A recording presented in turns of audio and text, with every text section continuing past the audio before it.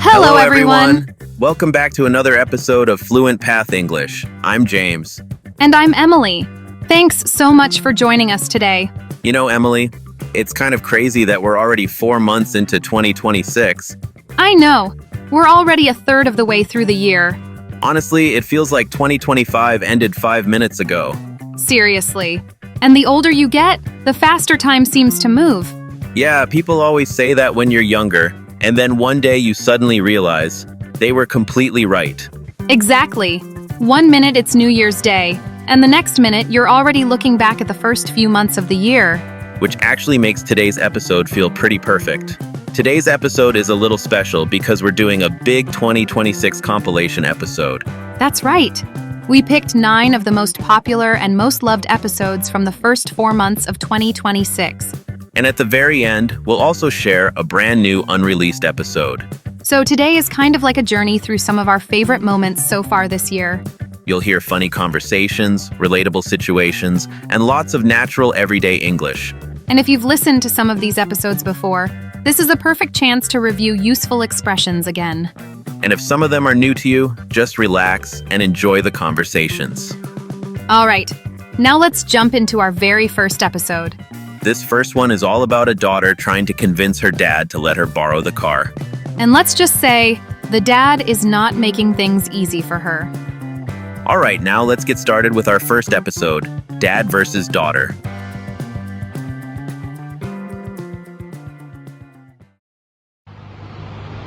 Hey, Daddy. You look great today. I like your tie. By the way, I was wondering, can I... No. I haven't even told you what it is yet. Okay. What do you want? Do you think I could borrow the car? I'm going to a concert tonight. I don't think so. I need the car tonight to pick up your mother. Ugh, I told you about it last week. Smelly Toes is playing, and Eric asked if I would go with him. Who is this Eric guy? Duh. He's like the hottest and most popular guy at school. Come on, Dad, please. No can do. Sorry. Fine then. Would you mind giving me $100? No way. Ugh, that's so unfair.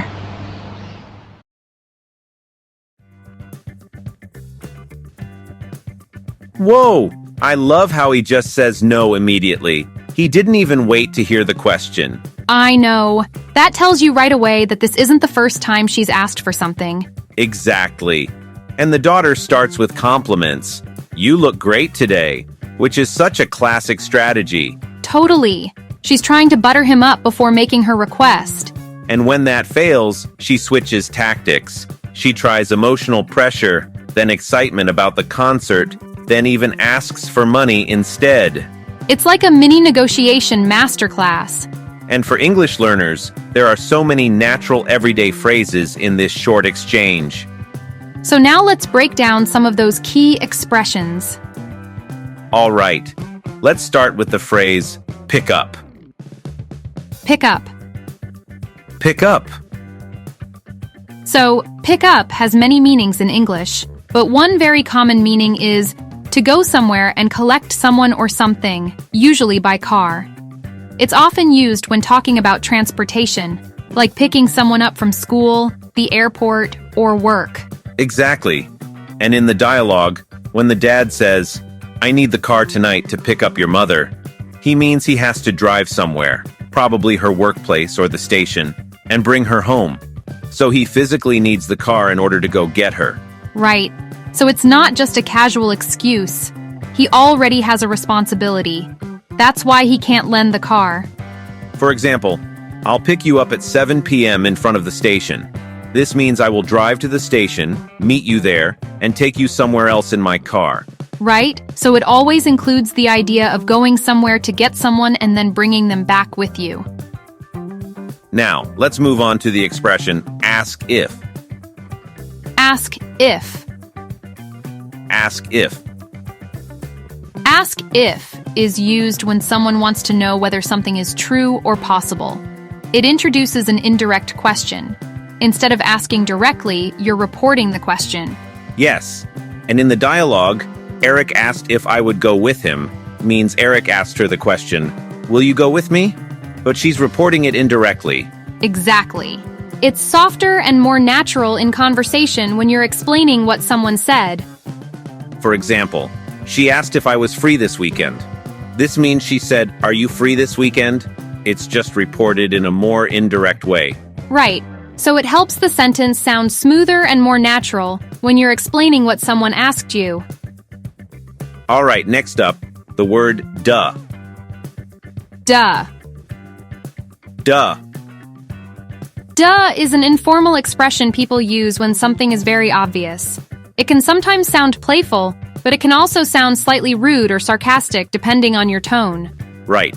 In the dialogue when she says, "Duh, he's like the hottest and most popular guy at school," she's basically saying, of course you should know that. She thinks it's obvious and can't believe her dad doesn't know who Eric is. Yes. It shows her teenage attitude. A little dramatic, a little impatient. For example, "Duh, that's the answer." This means, obviously, that's the correct answer. And it suggests the speaker thinks it should have been clear. Right, but be careful. Depending on your tone or the situation, it can sound a little rude or sarcastic. And next, let's look at the word unfair. Unfair. Unfair. Unfair means something is not just, not reasonable, or not equal. It's often used when someone feels they're being treated badly compared to others. For example, when one specific person is being favored, when someone isn't following the rules, or when a situation feels unjust or unreasonable without a good explanation. It can describe something that feels sneaky, biased, or simply not fair. In the dialogue when she says, "That's so unfair," she feels frustrated because she can't go to the concert and can't get money either. From her perspective, it feels like she's being denied everything. Exactly. She feels the situation isn't balanced or reasonable, even though from the dad's point of view, he has valid reasons. For example, "It's unfair that everyone else can go except me." This means the speaker feels they're being treated differently in a negative way. Great.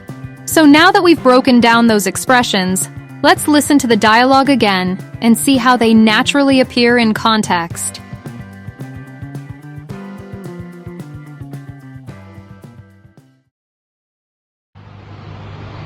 Hey, Daddy. You look great today. I like your tie. By the way, I was wondering, can I... No.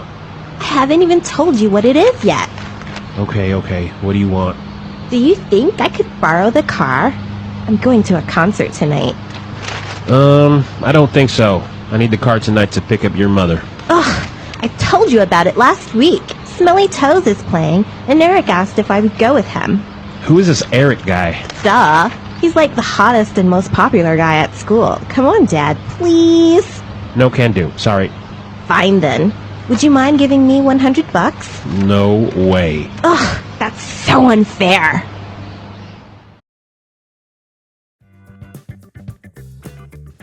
This time, I really noticed how quickly the daughter changes her strategy. Yeah, she moves from sweet compliments to frustration in seconds.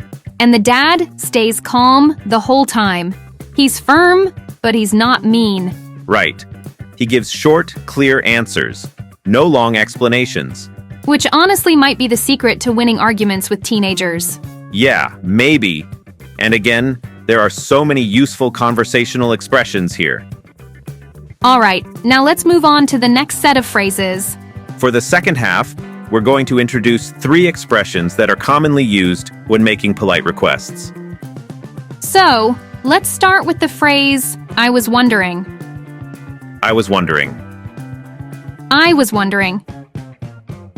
This phrase is commonly used to make a request sound softer and more polite. Instead of directly asking for something, you introduce your request gently. It often appears before a question. Exactly. And in the dialogue, when she says, "By the way, I was wondering, can I..." She's trying to ease into her request, but she gets interrupted before she finishes. Normally, grammatically, we would say, "I was wondering if I could..." Right.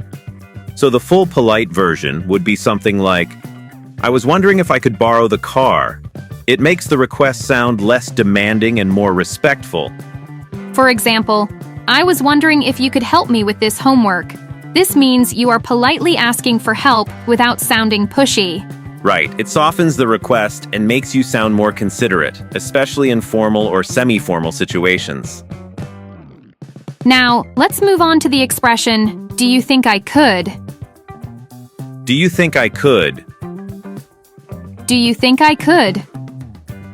This is another polite way to ask for permission. Instead of saying, can I borrow the car, which is direct, you add, do you think, to soften the tone and show consideration. Yes. And in the dialogue, when she says, do you think I could borrow the car? She's basically asking for permission in a slightly gentler, more negotiable way. It suggests that she's aware the answer might be no, and she's trying to make it sound reasonable. Also notice she uses could instead of can. In requests, could is the more polite, softer form. Even though it's technically the past form of can, here it doesn't show past time. It shows politeness and distance, which makes the request sound less direct and more respectful. Exactly. For example, do you think I could leave work a little early today? This means you're asking for permission carefully, acknowledging that it depends on the other person's judgment. And finally, let's look at the phrase, would you mind? Would you mind?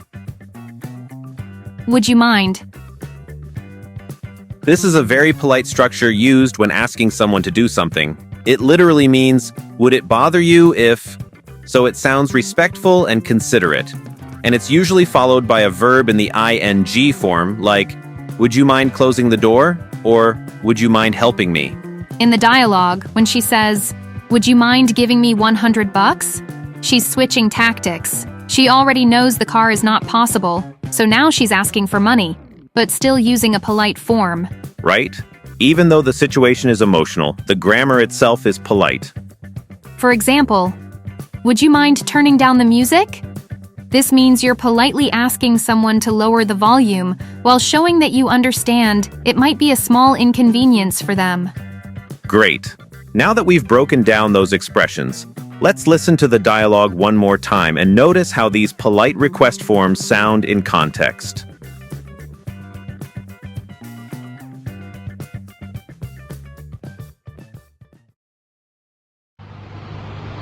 Hey, Daddy. You look great today. I like your tie. By the way, I was wondering, can I... No. I haven't even told you what it is yet. Okay. What do you want? Do you think I could borrow the car? I'm going to a concert tonight. I don't think so. I need the car tonight to pick up your mother. Ugh, I told you about it last week. Smelly Toes is playing, and Eric asked if I would go with him. Who is this Eric guy? Duh. He's like the hottest and most popular guy at school. Come on, Dad, please. No can do. Sorry. Fine then. Would you mind giving me $100? No way. Ugh, that's so unfair.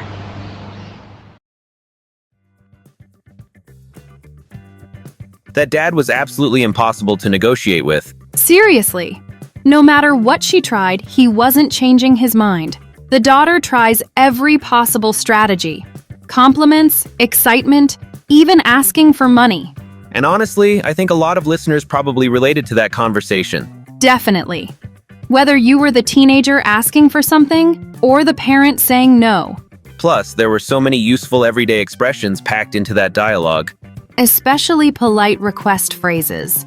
Those are expressions native speakers use all the time. All right, now let's jump into our next episode. This next conversation starts off like a normal dating story between friends. But then suddenly takes a very unexpected turn. Yep. And along the way, you'll hear lots of natural expressions related to dating, appearance, and relationships. Now let's step into our second episode, A Perfect Date.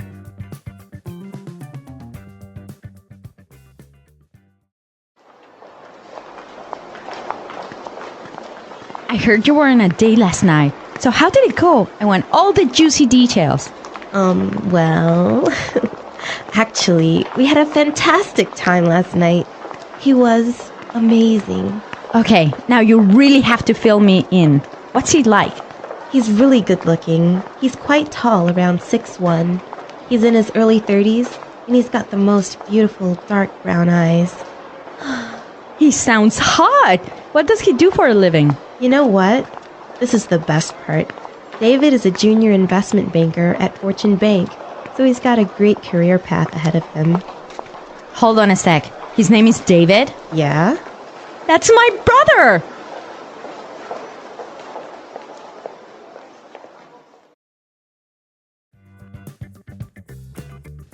Wow, that ending really caught me off guard. I know, right? The conversation starts like a normal chat between friends, and then suddenly, plot twist. Exactly. That kind of surprise ending makes the dialogue really memorable. And it also shows how small the world can be sometimes. Definitely. And besides the funny twist, the dialogue includes a lot of everyday expressions people use when talking about dating and relationships. Right! So now let's take a closer look at some of the useful phrases from this conversation. All right, let's start with the phrase, be on a date. Be on a date. Be on a date. This phrase means that two people are meeting romantically to spend time together and see if they are interested in each other. It usually refers to a planned meeting between people who may be starting a relationship or getting to know each other in a romantic way. Right. And this phrase is commonly used when talking about dating culture, relationships, or someone's romantic life. When someone says they are on a date, it usually means they are meeting someone for dinner, coffee, drinks, or some activity where they can talk and get to know each other better. In the dialogue, when the woman says, "I heard you were on a date last night," she means that she heard her friend went out with someone romantically the previous evening, so she's curious about how the meeting went and whether the guy was nice. For example, she's on a date with someone she met at work. This means she is currently spending time with a person in a romantic context, trying to see if there might be a relationship in the future. We can also use a very similar phrase, go on a date, which focuses more on the action of going out with someone romantically. For instance, if someone says, they went on a date last night, it means they met and spent time together to see if they might start a relationship. Okay, next up, let's look at the phrase, juicy details. Juicy details. Juicy details. This phrase refers to the most interesting, exciting, or sometimes slightly scandalous parts of a story. Here, the word juicy doesn't mean something literally full of juice. Instead, it describes information that is especially dramatic, surprising, or fun to hear about. The kind of thing people love to talk about. Right. So when people ask for the juicy details, they usually mean they want to hear the most interesting parts of the story, not just the basic facts. It's often used between friends when talking about things like dating stories, workplace drama, or surprising events. In the dialogue, when the woman says, I want all the juicy details, she is basically saying, tell me everything interesting that happened on your date. She wants to hear the exciting parts, what he looked like, what he said, how the date went, and whether there was any romance. For example, after her vacation, we asked her for all the juicy details about her trip. In this case, it means people want to hear the most interesting or entertaining stories from the trip, not just the basic information. All right, now let's move on to the phrase, fill me in. Fill me in. Fill me in. This expression means to give someone the missing information about something. When you fill someone in, you explain what happened so they can fully understand the situation. Right. It's very common in everyday conversation. Friends, coworkers, and family members use it when they want someone to explain a story or update them on something they missed. In the dialogue, when the woman says, "Okay, now you really have to fill me in," she means, now you have to tell me everything about what happened. She wants a full explanation of the date. For example, I missed the meeting this morning. Can you fill me in on what happened? This means the speaker wasn't there and wants someone to explain the important information they missed. You'll often hear the pattern fill someone in on something, which means to inform someone about something, like fill me in on the plan, fill you in on the situation. It's a very common and useful expression in both business situations and everyday conversations. Next, let's take a look at the adjective good-looking. Good-looking. Good-looking. Good-looking means physically attractive or handsome. It's a polite and very common way to describe someone who looks nice. Exactly. It's often used when talking about someone's appearance, especially when describing a potential romantic partner. The word handsome is often used for men, and beautiful is often used for women. But good-looking is a more neutral and flexible expression that can be used for both men and women, simply meaning someone has an attractive appearance. In the dialogue, when the woman says, "He's really good-looking," she means the man she went on a date with is very attractive. For example, her new coworker is really good-looking. In this sentence, the speaker is saying that the coworker has an attractive appearance. All right. Those were some great expressions from the dialogue. Now that we understand them better, let's listen to the conversation one more time.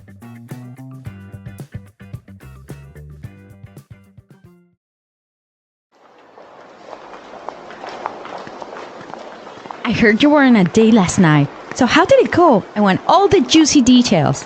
Well, actually, we had a fantastic time last night. He was amazing. Okay, now you really have to fill me in. What's he like? He's really good looking. He's quite tall, around 6'1". He's in his early 30s, and he's got the most beautiful dark brown eyes. He sounds hot. What does he do for a living? You know what? This is the best part.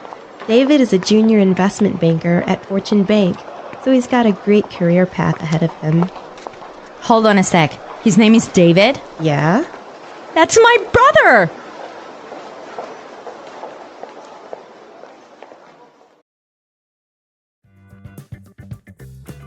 Listening to it again, I really like how natural the conversation sounds. Yeah, it feels like a real conversation between close friends. Exactly. When people talk about a recent date, they usually start describing the person's appearance and personality. Right, and then they often talk about their job or background too. And of course, asking for all the juicy details is something friends love to do. Definitely. All right, now let's move on and look at another set of useful expressions. All right, let's continue with the phrase, in one's early 30s. In one's early 30s. In one's early 30s. This expression is used to describe someone's approximate age. When we say someone is in their early 30s, we usually mean they are around 30 to 33 years old. Right. English often divides decades into 3 parts: early, mid, and late. So early 30s means the beginning of the 30s age range. And you could also say things like, I'm in my late 50s, or she's in her early 20s. In the dialogue, when she says he's in his early 30s, she means the man is probably just a little over 30, but not close to 40 yet. For example, my sister is in her early 30s and just started her own company. This means she is probably around 30 or 32 years old. Okay, next up, let's look at the word hot. Hot. Hot. In everyday conversation, hot can mean physically attractive or very sexy. It's a casual expression people often use when talking about someone they find very appealing. Exactly. It's more informal than words like handsome or beautiful, and it usually expresses strong attraction. Earlier, we introduced the word good-looking, which is a more neutral way to say someone is attractive. But hot is stronger and more casual. It suggests a higher level of physical attraction and is often used in relaxed conversations between friends. In the dialogue, when the woman says, "He sounds hot," she means that based on the description. Tall, good-looking, successful. He seems very attractive. For example, that actor in the movie is really hot. This means the speaker thinks the actor is extremely attractive. All right, now let's move on to the term investment banker. Investment banker. Investment banker. An investment banker is someone who works in finance, helping companies raise money, manage investments, or handle large financial deals like mergers and acquisitions. Right. It's usually considered a prestigious and high-paying career in the financial industry. In the dialogue, when she says, David is a junior investment banker at Fortune Bank, she's explaining that he works in a professional finance job and likely has strong career prospects. For example, he became an investment banker after graduating from business school. This means he entered the finance industry and works with large financial transactions. All right, now let's take a look at today's last phrase. A great career path ahead of him. A great career path ahead of him. A great career path ahead of him. A career path refers to the direction and progression someone's professional life may take in the future. Right. And when we say someone has a great career path ahead of them, we mean they have strong opportunities for success and advancement in their profession. In the dialogue, the woman is impressed because David's job as an investment banker suggests he may become very successful in the future. For example, after joining the company's leadership program, she has a great career path ahead of her. This means her job gives her strong opportunities for promotion and long-term success. Great! Now that we understand these expressions, let's listen to the dialogue one last time.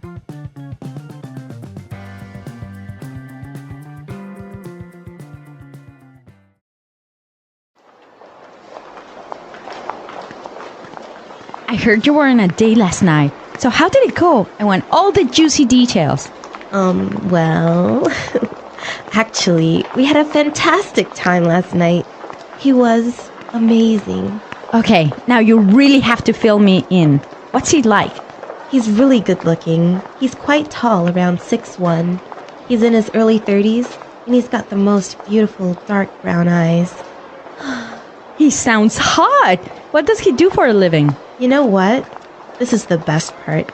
David is a junior investment banker at Fortune Bank, so he's got a great career path ahead of him. Hold on a sec. His name is David? Yeah? That's my brother!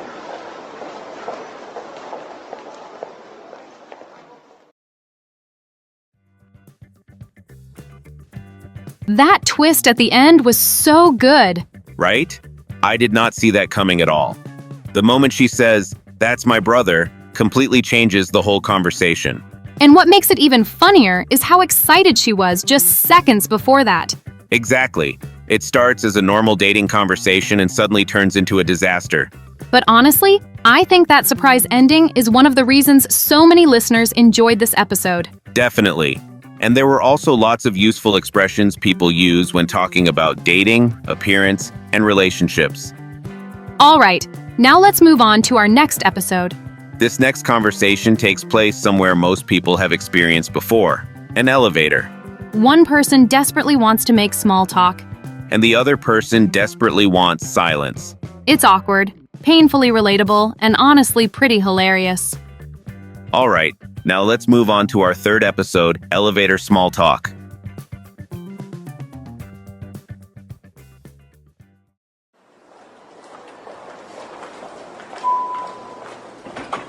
Morning.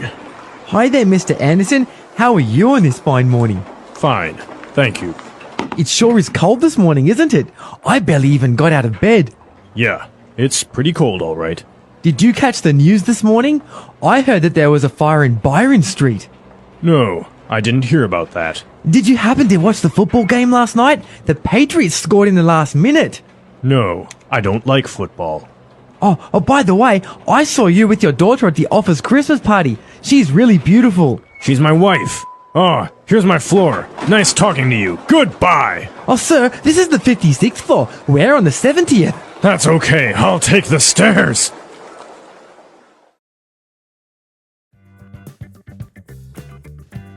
Wow, that was painfully awkward. You can really feel the one-sided energy there. Totally. The man just keeps throwing out topic after topic. Weather, news, sports, even personal comments. And Anderson barely gives him anything back. Yeah, Anderson's answers are super short. Just enough to be polite, but clearly signaling, please stop talking. And the man doesn't pick up on that at all. He completely misses the social cues. Exactly. It's a great example of how important it is to read the room, or in this case, read the elevator. Right. And even though it's awkward, the dialogue is packed with useful small talk expressions. Exactly. So, now let's take a closer look at some key phrases from the conversation. All right. Let's start with the phrase, "It sure is." It sure is. It sure is. So, in the structure, it sure is plus adjective, the word sure functions as an adverb meaning really or truly. It doesn't mean certain here. Instead, it emphasizes the adjective that follows. Right.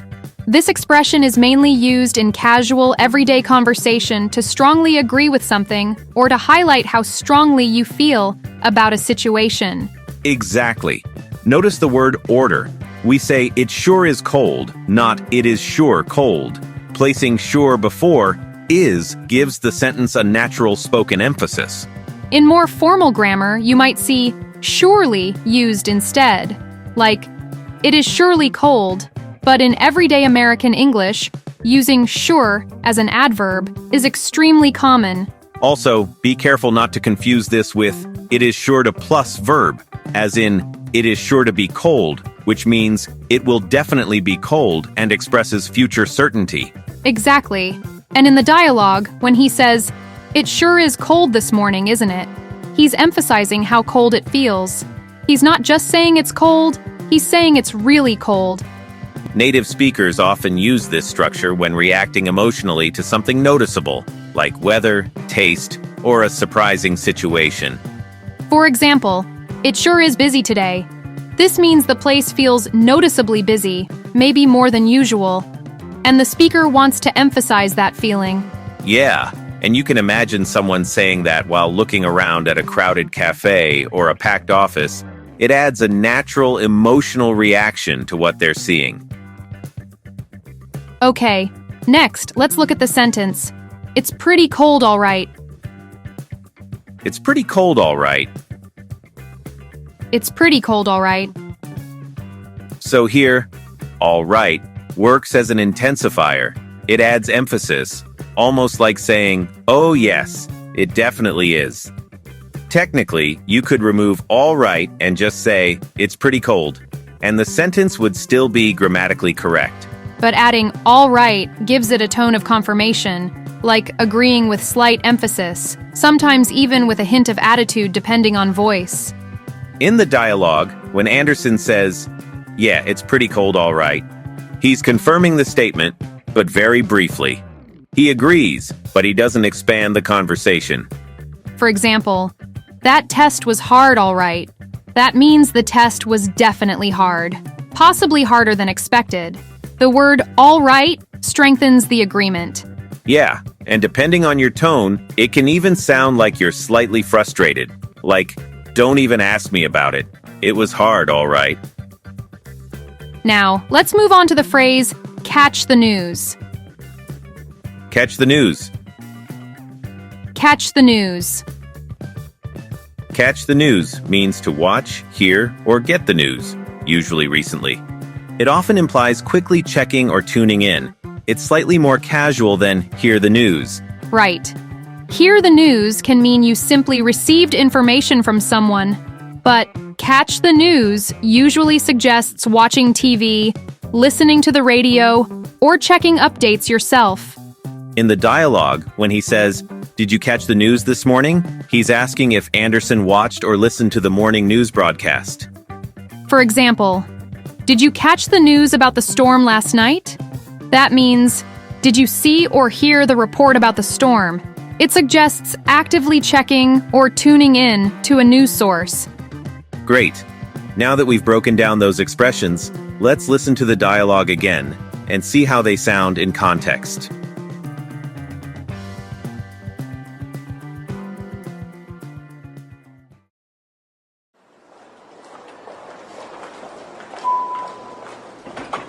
Morning. Hi there, Mr. Anderson. How are you on this fine morning? Fine. Thank you. It sure is cold this morning, isn't it? I barely even got out of bed. Yeah, It's pretty cold, all right. Did you catch the news this morning? I heard that there was a fire in Byron Street. No, I didn't hear about that. Did you happen to watch the football game last night? The Patriots scored in the last minute. No, I don't like football. Oh, by the way, I saw you with your daughter at the office Christmas party. She's really beautiful. She's my wife. Oh, here's my floor. Nice talking to you. Goodbye. Oh, sir, this is the 56th floor. We're on the 70th. That's okay. I'll take the stairs.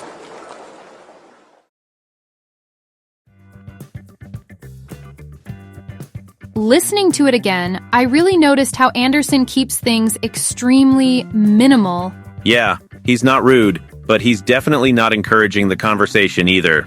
And the man just keeps escalating the interaction without realizing it's not being reciprocated. Exactly. That's what makes it funny. It's not about a misunderstanding, it's about completely different communication styles. One person thinks they're being friendly, the other just wants silence. And that tension makes it a perfect learning example. All right, now let's move on to the next set of useful expressions. Let's start with the word barely. Barely. Barely. Barely means only just, almost not, or with great difficulty. We use it when something happens by a very small margin or with very little effort left. And it's often used when talking about time, energy, money, or ability, like when you almost didn't make it. In the dialogue, when he says, "I barely even got out of bed," he means it was so cold, or he was so tired, that getting out of bed was really hard. He did get up, but just barely. The word even adds extra emphasis, making it sound more dramatic, like it was a real struggle. For example, "I barely finished the report before the deadline." That means you finished it, but only at the last moment, maybe with just seconds to spare. Next, let's look at the expression, happen to do something. Happen to do something. Happen to do something. This expression mainly means to do something by chance, and it has a few important nuances. In questions, like in our dialogue, it softens what you're asking, almost like saying, "By any chance." Yeah, but in positive statements, it can simply mean something happened accidentally or coincidentally, like, "I happened to see him." And sometimes it's even used for emphasis or gentle disagreement, like, "I happen to think he's right," which can sound like, "Actually, I do think he's right." Exactly. So it's a very flexible expression depending on context. Right. And it's very common in casual conversation when you don't want to sound demanding or assuming. In the dialogue, when he asks, "Did you happen to watch the football game last night?" he's basically saying, "By any chance, did you watch it?" He's not assuming Anderson did. He's just checking. For example, "Do you happen to know where the nearest station is?" That means, "By any chance, do you know?" It sounds softer and more polite than just, "Do you know?" Good example. So, happen to makes questions feel more casual and less pushy. All right, now let's move on to today's final phrase, take the stairs. Take the stairs. Take the stairs. When talking about choosing stairs instead of an elevator, take the stairs is the most natural and common everyday expression. It emphasizes the choice of method, stairs instead of something else. In the dialogue, when Anderson says, "That's okay, I'll take the stairs," he's choosing to leave the elevator, even though it's not his floor. It shows he'd rather walk than stay in that awkward conversation. So it's not really about exercise. It's about escaping the situation. Now, let's quickly compare some similar expressions. Use the stairs is also correct, but it sounds a bit more explanatory, like you're describing a habit or instruction. Climb the stairs describes the physical action of going up, and sometimes implies effort, especially if the stairs are long or tiring. It can sound slightly dramatic or descriptive. Go up the stairs, or walk up the stairs, simply describe the movement. They're neutral and very common. But when you're choosing stairs instead of an elevator, take the stairs is the most natural choice. So in our dialogue, Anderson's line isn't just practical, It's social. He'd rather climb 14 floors than continue small talk. And that tells us everything about how he feels. All right, now that we've broken down those expressions, let's listen to the dialogue one more time and see how everything fits together.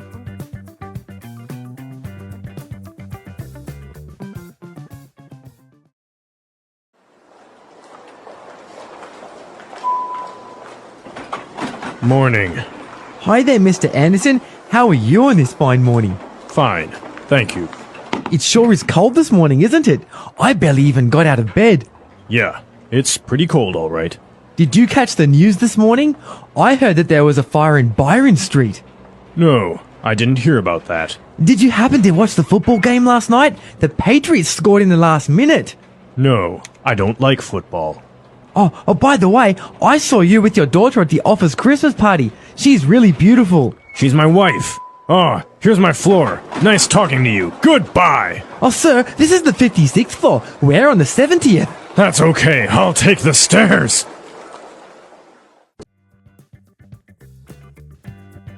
I honestly started feeling bad for Anderson by the end of that one. Yep, you can tell he was trying so hard to escape that conversation. And the fact that he chose to walk down all those stairs instead of staying in the elevator for a few more seconds Tells you everything you need to know. I think what makes this dialogue so funny is how realistic it feels. Definitely. Most people have experienced awkward small talk at least once in their lives. And it was also a great example of how tone and short responses can completely change the mood of a conversation. All right, now let's continue with our next episode. This next conversation takes place in a kitchen during breakfast. It starts off warm and peaceful, but slowly turns into a surprisingly intense argument about eggs. Yep, you'll hear lots of natural expressions related to food, habits, frustration, and everyday couple conversations. And honestly, if you've ever gotten annoyed over something really small before, this one will probably feel very relatable. All right, let's dive into our fourth episode, Eggcellent Morning.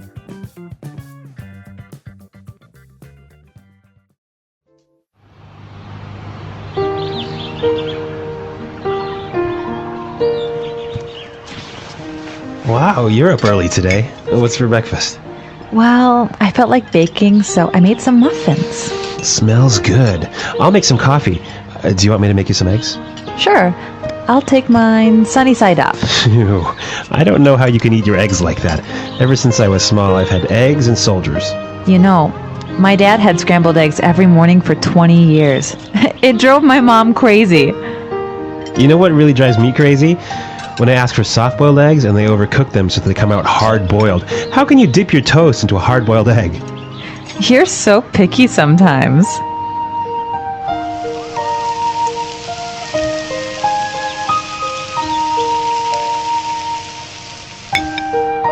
Here you go, honey. Fried eggs. Damn it! I said sunny side up. How many times do I have to tell you?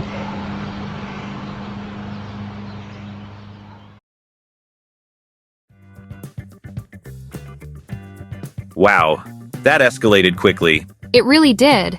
But honestly, it feels so real. Yeah, it starts off super calm. Muffins, coffee, breakfast talk, and then boom, eggs become a battlefield. I love how the tension slowly builds. Nobody is angry at first, but you can hear the frustration creeping in. Especially with how picky the man is about eggs. Right. And for learners, this dialogue is great because it shows how casual conversations can suddenly turn emotional. Exactly.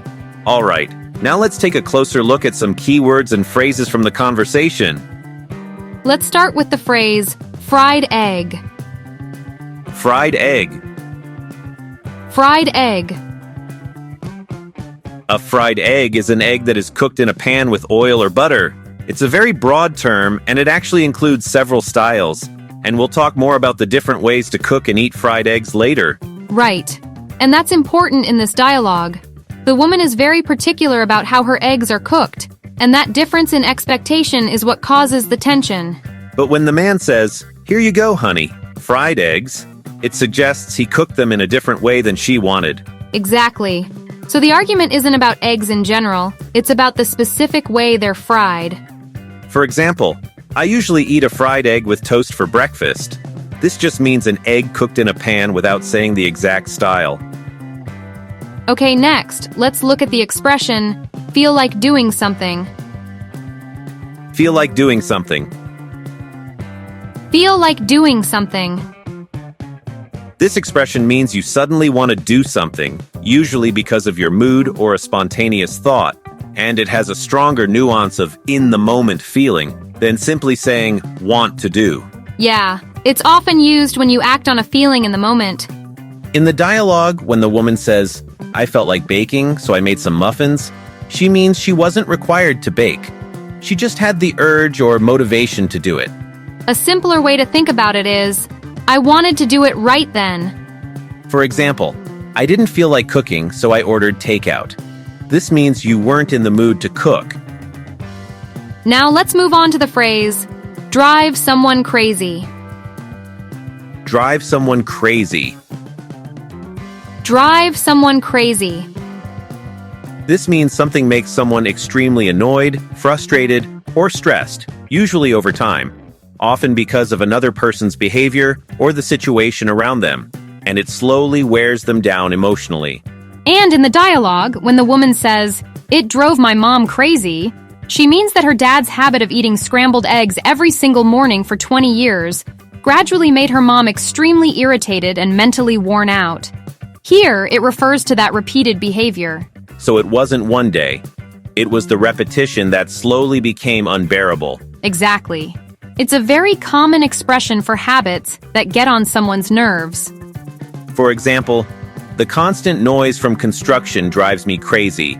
That means the noise is very irritating. All right, next up is the adjective, picky. Picky. Picky. Picky comes from the verb pick, meaning to choose.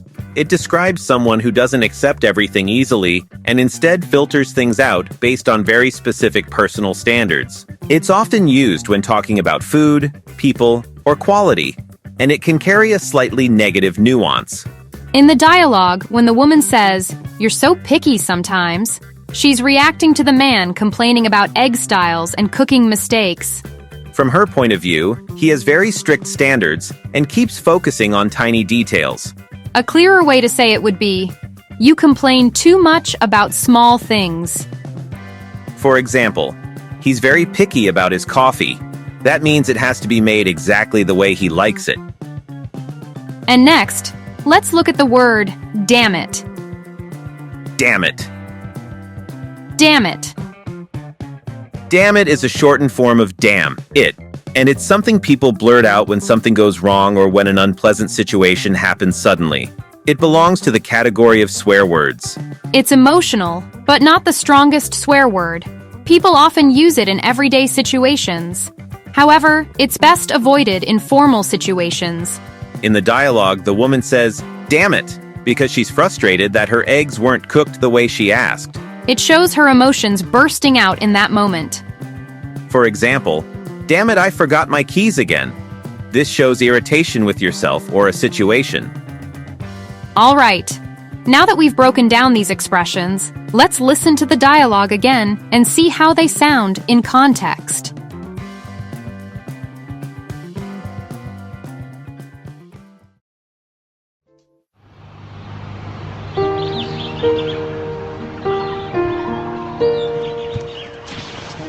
Wow, you're up early today. What's for breakfast? Well, I felt like baking, so I made some muffins. Smells good. I'll make some coffee. Do you want me to make you some eggs? Sure. I'll take mine sunny side up. Phew. I don't know how you can eat your eggs like that. Ever since I was small, I've had eggs and soldiers. You know, my dad had scrambled eggs every morning for 20 years. It drove my mom crazy. You know what really drives me crazy? When I ask for soft-boiled eggs and they overcook them so that they come out hard-boiled. How can you dip your toast into a hard-boiled egg?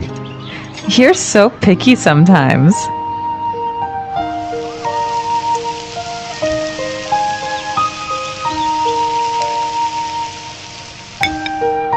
Here you go, honey.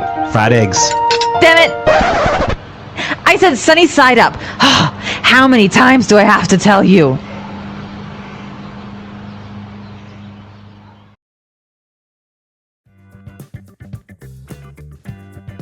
Listening to it again, I really noticed the emotional shift. Yeah, the second time you can clearly hear where things start to go wrong. The man thinks he's being helpful, but he's not really listening. And the woman has probably explained her preference 100 times already. Exactly. That final outburst doesn't come out of nowhere. It's built up over time. Which makes this dialogue feel very natural. All right, now let's move on to another set of expressions from the dialogue.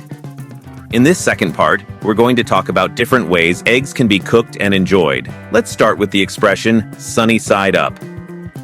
Sunny side up. Sunny side up. This refers to a way of cooking eggs, where the egg is fried on one side only, and the yolk stays soft and runny.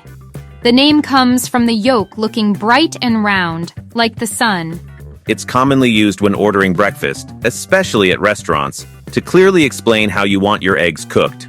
In the dialogue, when the woman says, "I'll take mine sunny side up," she means she wants her egg cooked gently without flipping it, so the yolk remains runny. A simpler way to understand it is, I want my egg cooked, but with the yellow part still soft.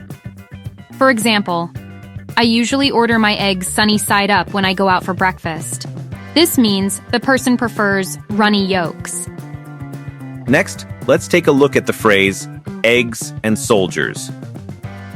Eggs and soldiers. Eggs and soldiers. This is a very popular and traditional breakfast dish in countries like the UK, Australia, and New Zealand.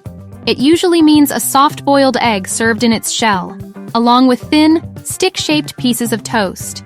The egg is soft-boiled and served in its shell, and the toast is cut into long, thin strips called soldiers.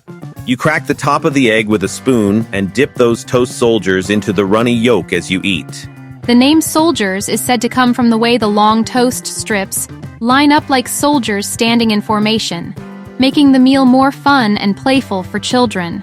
In the dialogue, when the man says, "Ever since I was small, I've had eggs and soldiers," he's talking about a childhood breakfast habit. For example, when I was a kid in England, eggs and soldiers were my favorite breakfast. That shows it's a nostalgic meal. All right, now let's move on to scrambled eggs. Scrambled eggs. Scrambled eggs.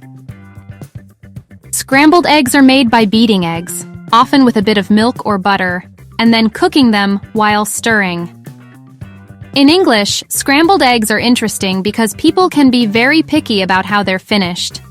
These days, you might hear people specify soft or creamy scrambled eggs, which are cooked slowly at a low temperature and stay rich and runny, or hard or well-done scrambled eggs, which are cooked longer and come out firm.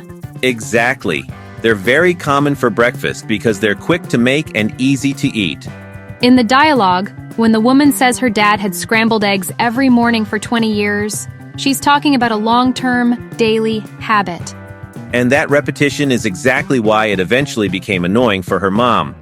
For example, I usually make scrambled eggs when I'm in a hurry. This means it's a convenient breakfast choice. Next up, let's talk about soft-boiled eggs. Soft-boiled eggs. Soft-boiled eggs. A soft-boiled egg is cooked in boiling water for a short time, so the white is set but the yolk stays runny. There's also medium-boiled, where the yolk is set around the edges but still soft in the center, and hard-boiled, where even the yolk is fully cooked and firm. Soft-boiled eggs are popular when you want to dip bread into the yolk. In the dialogue, the man complains that when he asks for soft-boiled eggs, they sometimes get overcooked and turn into hard-boiled eggs instead. That means the yolk becomes firm, which completely ruins the experience for him. For example, I like soft-boiled eggs because I can dip my toast into the yolk. This highlights the appeal. Finally, let's quickly talk about a few other common ways people eat eggs. These didn't come up in the dialogue, but you'll hear them all the time. Yeah, like over easy. That's when you flip the fried egg just once, but the yolk stays nice and runny. Right. And on the opposite end, there's over hard, where the egg is fully cooked and the yolk is completely firm. You might also hear poached eggs.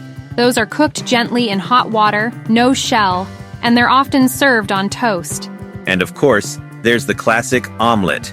That's when eggs are beaten and cooked with things like cheese, vegetables, or meat inside. When you look at all these styles, you really see how many options there are. Exactly. All right, now that we've gone through these egg-related expressions, let's listen to the dialogue one last time and focus on how natural it sounds.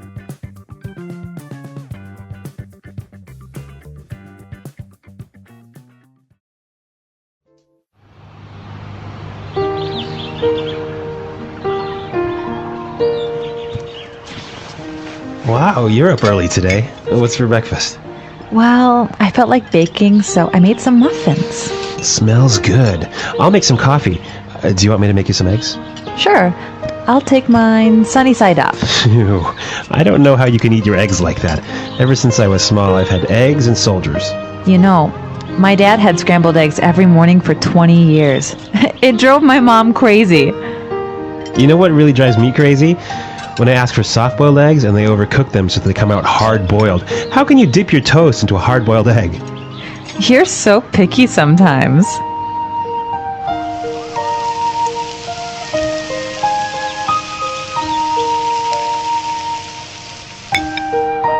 Here you go, honey. Fried eggs. Damn it! I said sunny side up. How many times do I have to tell you?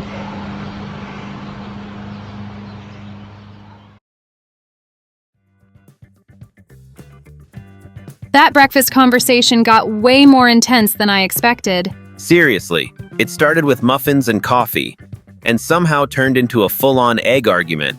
And honestly, that's what made it feel so realistic. Yeah, sometimes the smallest everyday things become the biggest source of frustration. Especially when couples have completely different habits or preferences. I also liked how many food-related expressions were packed into that dialogue. Definitely. There were so many natural breakfast expressions that native speakers use all the time. All right, now let's continue with our next episode. This next conversation is all about trying to choose a place to eat. Sounds simple, but every suggestion immediately runs into a problem. One person doesn't like the food, another person has allergies, and then things somehow get even worse.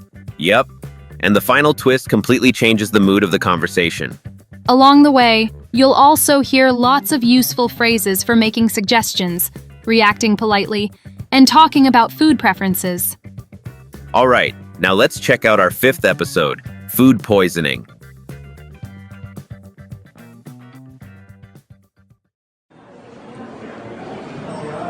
Do you two have any plans for the evening? We were thinking of checking out a restaurant in the neighborhood. Do you have any suggestions? I know this really nice Italian place. The food is fantastic and the decor is beautiful. I'd recommend giving it a try. Actually, I'm not all that crazy about Italian food. I'm in the mood for something a bit lighter. In that case, I know a great little bistro. They make a really tasty seafood platter. The fish is outstanding. It sounds fantastic, but I'm allergic to seafood, so... Okay, well, let me think. Oh, I know this great little place. It's just a hole in the wall, but they do the most amazing sandwiches. You've got to give them a try. Ella, you took me there last time I visited, and I got food poisoning, remember?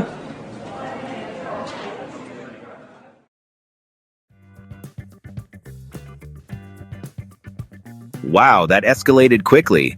Every suggestion just kept getting rejected. I know, right? It's like no matter what Ella suggested, there was always a problem. Yeah, first it was a preference issue, then an allergy, and finally, food poisoning. That last line was hilarious. It totally flipped the tone of the conversation. Definitely. And it's actually a great example of real-life conversations. Things don't always go smoothly. And even though it's funny, there are a lot of super useful expressions in there. All right, now let's take a closer look at some of those key phrases. Let's start with the expression food poisoning. Food poisoning. Food poisoning. All right. Food poisoning means getting sick because of something you ate. More specifically, it usually means the food was unsafe or contaminated, and after eating it, you developed symptoms like stomach pain, nausea, vomiting, or diarrhea. Right. So this is not just, oh, that food was a little heavy, or my stomach feels kind of off. Food poisoning sounds much more serious. It means the food actually made you sick. Exactly. And in the dialogue, when the man says, "You took me there last time I visited, and I got food poisoning, remember?" He's reminding Ella of a past experience. He means, "You recommended that place before, I went there because of you, and after eating there I became sick. So why would I want to go back?" Yeah, that line does a lot at once. He's not just rejecting the restaurant. He's rejecting it for a very strong reason. He has a bad memory connected to that place, and that memory is powerful enough that it immediately kills Ella's suggestion. Here's a natural example. I had to cancel my trip because I got food poisoning after eating street food. This means the person ate something unsafe, got seriously sick, and had to cancel their trip because of it. All right, next, let's move on to the expression, check out. Check out. Check out. This is a really important one, because here it does not mean leaving a hotel. Here, check out means to go see something, try something, or visit something because you're interested in it. Right. So when the woman says, "We were thinking of checking out a restaurant in the neighborhood," she means, "We were thinking of trying a nearby restaurant." Or, "We were thinking of going to see what a nearby restaurant is like." Exactly. It has a feeling of curiosity. You want to go and experience it for yourself, especially if it's something new. And that makes this phrase supernatural when talking about restaurants, cafes, shops, movies, events, neighborhoods, or even websites. Native speakers say things like, "Let's check out that new cafe," or "You should check out this movie." Here's a good example. Let's check out that new cafe everyone's talking about. This means, let's go there and see what it's like for ourselves, with a sense of curiosity and exploration.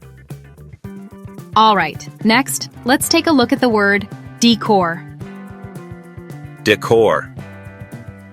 Decor. Decor means the style and appearance of the inside of a place.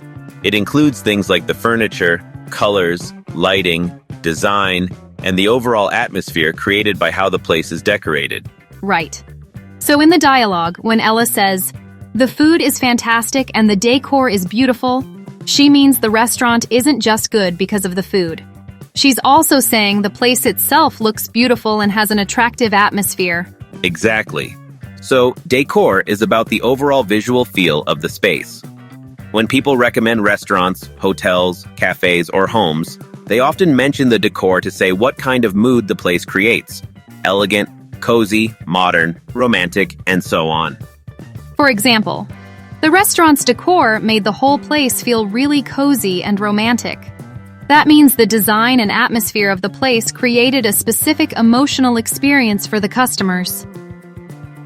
All right, next, let's move on to the expression, give it a try. Give it a try. Give it a try. Give it a try means to try something at least once and see how it goes. It's a very common and friendly way to encourage someone to experience something for themselves. Right. And in the dialogue, when Ella says, "I'd recommend giving it a try," she means, "I think you should try this restaurant." But she says it in a softer, more natural, more polite way. Exactly. She's not pushing them too hard. She's making a recommendation in a gentle way. Now, there is an expression, give it a shot. These two are very similar. Give it a shot also means try it. It's a little more casual, and sometimes it can sound a bit more bold or spontaneous, but in many everyday situations, the two expressions are very close in meaning. Right.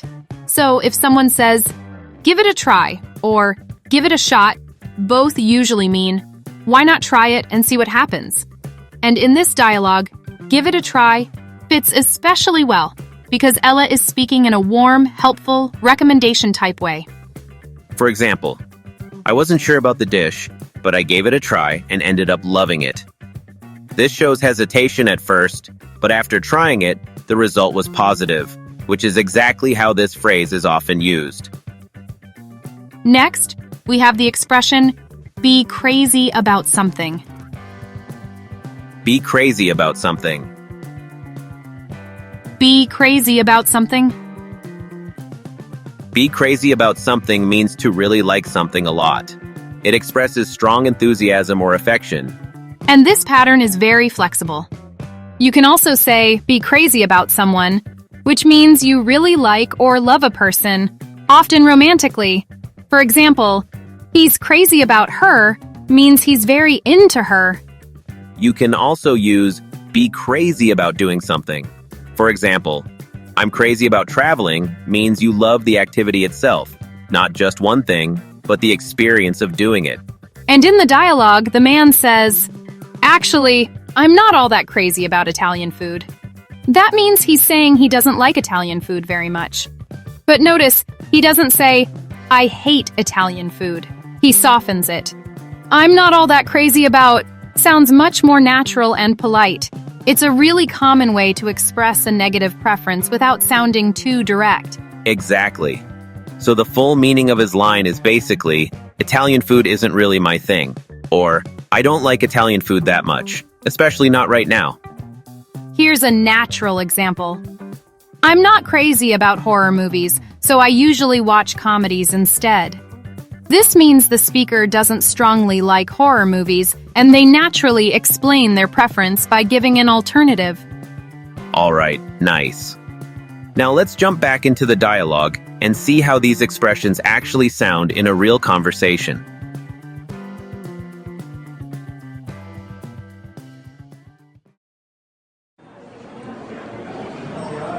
Do you two have any plans for the evening? We were thinking of checking out a restaurant in the neighborhood.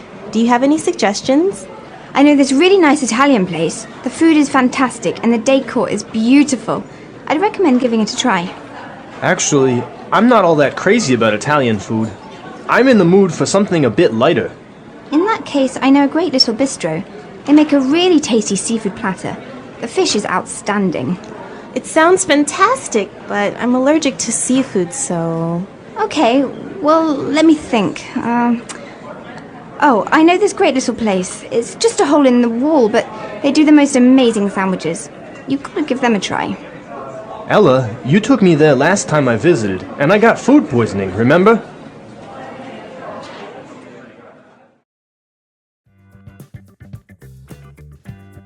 Listening to it again, I really noticed how natural their reactions were. Yeah, especially how they politely turn down each suggestion. That's such an important skill in English. Totally. Instead of just saying no, they explained their reasons, like preferences or allergies. And Ella kept adapting, trying to come up with new ideas each time. It shows how conversations can evolve step by step. And of course, that final comment about food poisoning, unforgettable. All right, now let's move on to a few more useful expressions from the dialogue.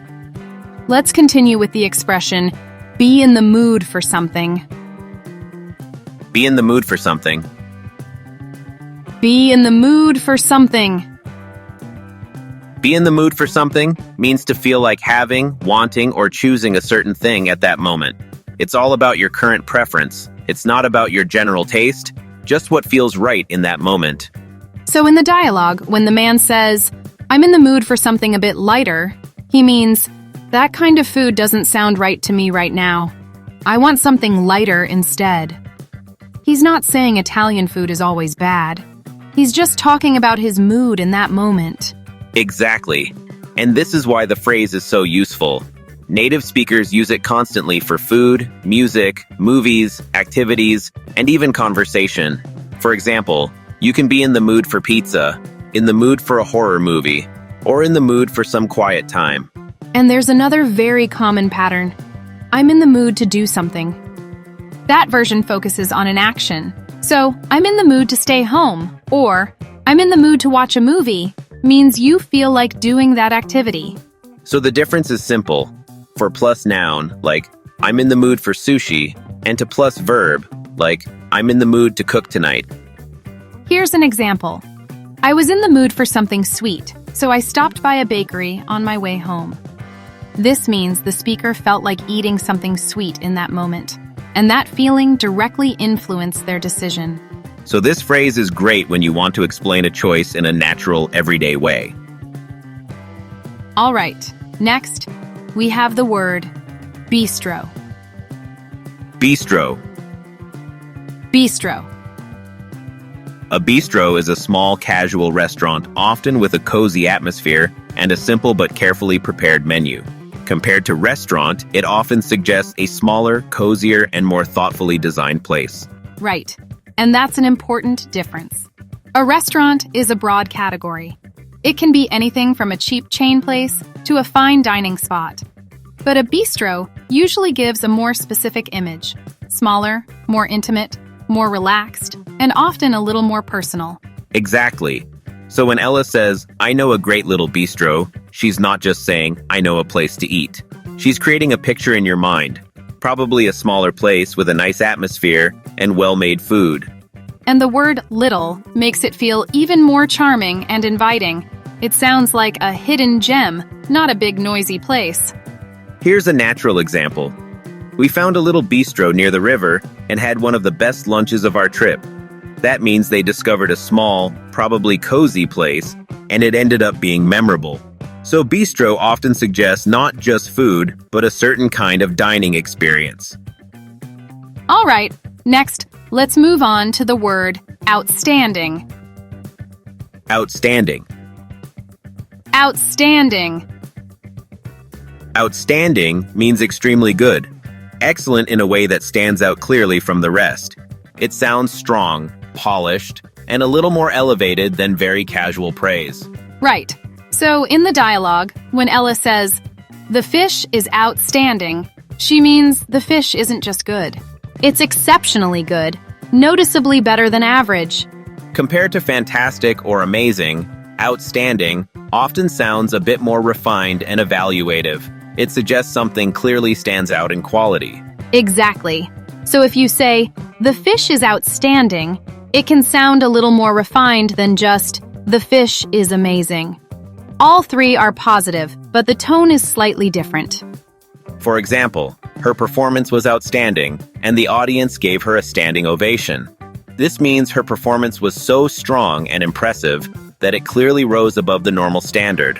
The second part, the standing ovation, shows the result of that exceptional quality. All right, next, let's take a look at the expression, be allergic to something. Be allergic to something. Be allergic to something. Be allergic to something means your body has a negative physical reaction to a certain food, substance, material, or environmental trigger. So this is not just dislike, it's a health issue. Right. And in the dialogue, when the woman says, "I'm allergic to seafood," she means she cannot safely eat seafood because it may cause a physical reaction. So even though the seafood platter sounds great, it's not an option for her. Exactly. And that's why this phrase is so important in real life, especially in restaurants or while traveling. It helps you communicate something serious clearly and directly. Another common way to say it is, have an allergy to something. For example, I have an allergy to peanuts. That sounds a little more medical or formal, while I'm allergic to peanuts is often the most natural, everyday way to say it. Here's an example. My son is allergic to nuts, so we always check the ingredients before ordering dessert. This means the allergy affects real decisions. They have to be careful before ordering because even a small amount could be dangerous. So the phrase often appears in practical, safety-related situations. Finally, let's move on to the expression, hole in the wall. Hole in the wall. Hole in the wall. Hole in the wall is an idiom used for a very small, simple, often unimpressive-looking place, usually a restaurant, bar, or shop. It may not look fancy from the outside, but it often has something really special. Right. So in the dialogue, when Ella says, "It's just a hole in the wall, but they do the most amazing sandwiches," she means, this place is tiny and not fancy, but the food is excellent. That "but" creates a contrast. It highlights that even though the place looks simple, the food is surprisingly excellent. Exactly. This phrase often carries a positive surprise. You're basically saying, don't judge this place by its appearance. It may look ordinary, old, cramped, or easy to miss, but it's actually great. That's why native speakers often use it affectionately. A hole-in-the-wall place can sound like a local secret or a hidden gem. Here's a natural example. That little hole-in-the-wall taco shop doesn't look like much, but the food is incredible. This means the place may not appear impressive at first glance, but once you try the food, you realize it's far better than you expected. So the phrase is perfect for describing places that are modest on the outside but excellent in reality. All right, now that we've gone through those expressions carefully, let's listen to the dialogue one more time and hear how they sound in context.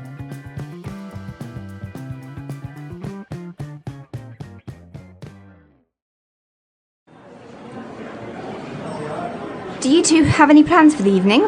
We were thinking of checking out a restaurant in the neighborhood. Do you have any suggestions? I know this really nice Italian place. The food is fantastic and the decor is beautiful. I'd recommend giving it a try. Actually, I'm not all that crazy about Italian food. I'm in the mood for something a bit lighter.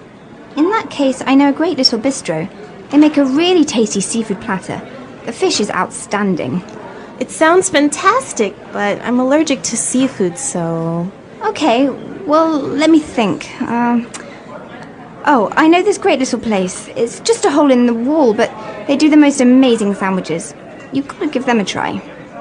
Ella, you took me there last time I visited, and I got food poisoning, remember?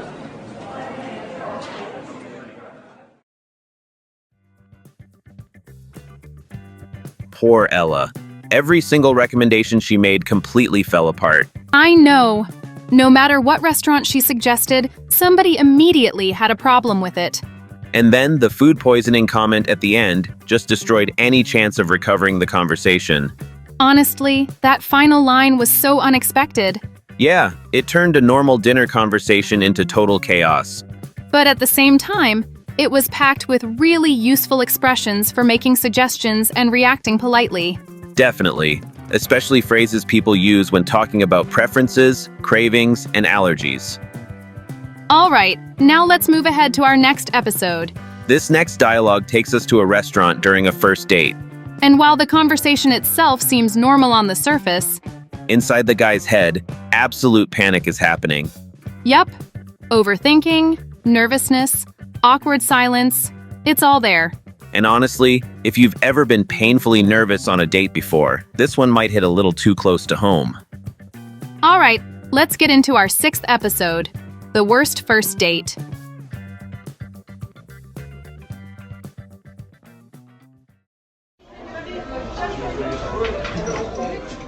Miss, your salad. Looks good. I'm positively famished. And for you, sir. Thank you. Enjoy. Thank you. I can't believe she's on a date with me. I'm so lucky.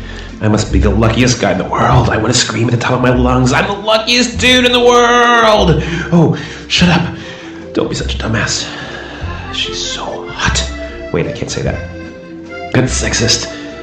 She's so hot, she's making me sexist. Oh my god. I'm such a tool. Okay, get it together. Oh, she's eating salad. Oh, right. I have a salad. Oh, crap. Which fork do I use? Damn it. She's gonna think I'm a moron. What the hell are all these forks for? Which one did she use? Okay, chill. Be cool. Be cool. Just take a fork. Eat your salad.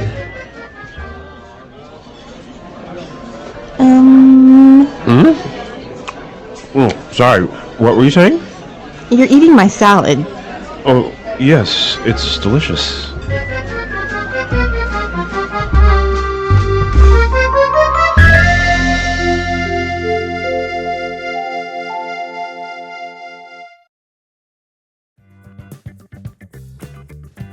Oh no, that was brutal.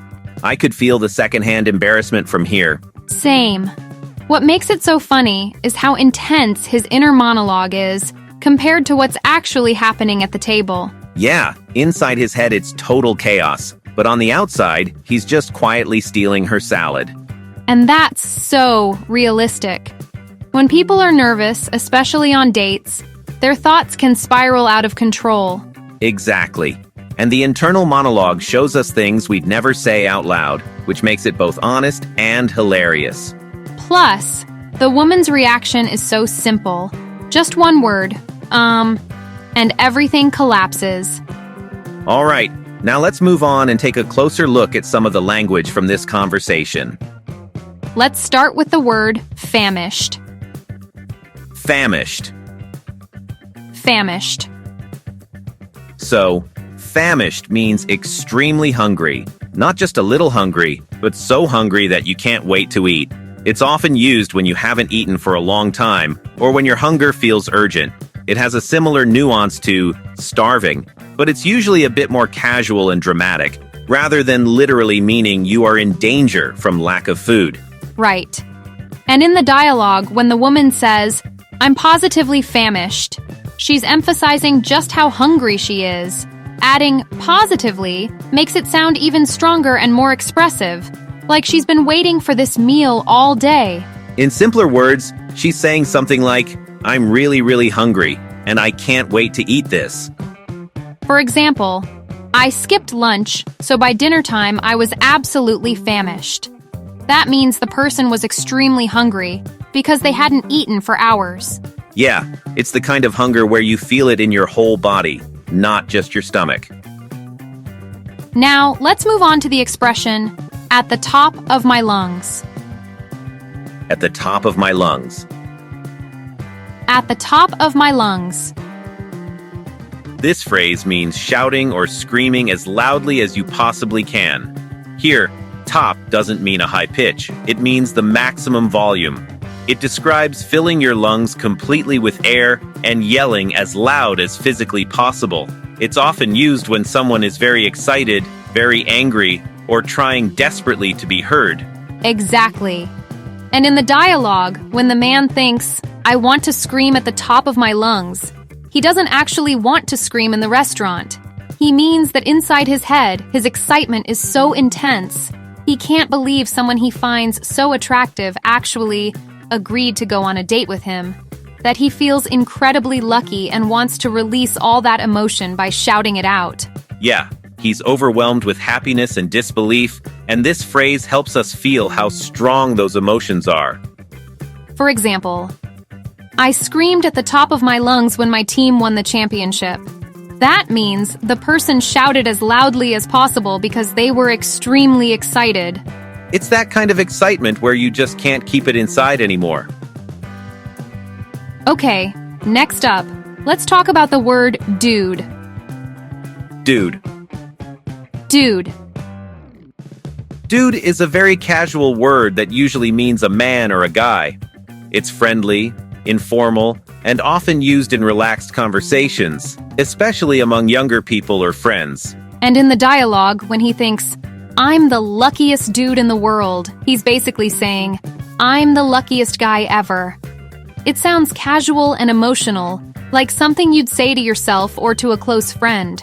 And using dude here makes his inner voice feel very natural and conversational. For example, "That dude helped me carry my groceries." This simply means that guy helped me, in a casual and friendly way. Now, let's look at the word dumbass. Dumbass. Dumbass. This is a rude and informal word used to call someone stupid, and very often, people use it to insult themselves when they feel embarrassed or frustrated. You'll hear this kind of language a lot in movies and TV shows, but using it in real life can seriously offend people or make you sound rude or poorly educated. And it's sometimes used jokingly between very close friends for small mistakes, like saying, "You're such an idiot," in a playful way. But you really have to be careful about when, where, and who you say it to. Right. In the dialogue, when he tells himself, "Don't be such a dumbass," he's criticizing his own thoughts. He realizes he's overthinking and saying silly things in his head. It shows self-frustration, not real anger at someone else. For example, "I forgot my wallet at home. I felt like such a dumbass." This means the person is angry at themselves for making a stupid mistake. Alright, now let's talk about the word hot.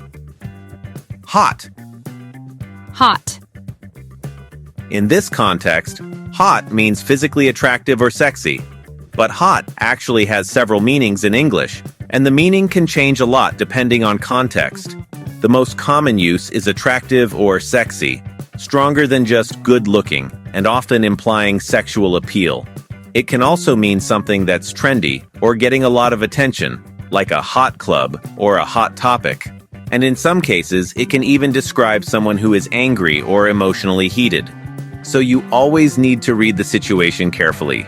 And in the dialogue, when he thinks, she's so hot, he means he finds her extremely attractive. He doesn't say it out loud. It's only in his head. For example, everyone thinks that actor is really hot. That means many people find that person very attractive. And next, let's look at the word sexist. Sexist. Sexist. Sexist describes behavior or thinking that unfairly judges or stereotypes someone based on gender. It's usually a negative word. In the dialogue, when he thinks, she's so hot she's making me sexist, he's criticizing himself. He realizes that focusing only on her appearance feels wrong, and he's uncomfortable with his own thoughts.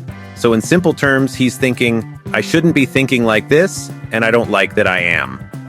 For example, he apologized because he realized his comment sounded sexist. That means he understood his words could be unfair or offensive. All right, now that we've gone through these expressions, let's listen to the dialogue again and see how they sound in context.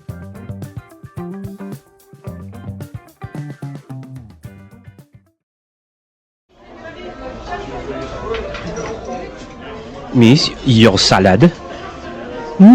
Looks good. I'm positively famished. And for you, sir? Thank you. Enjoy. Thank you.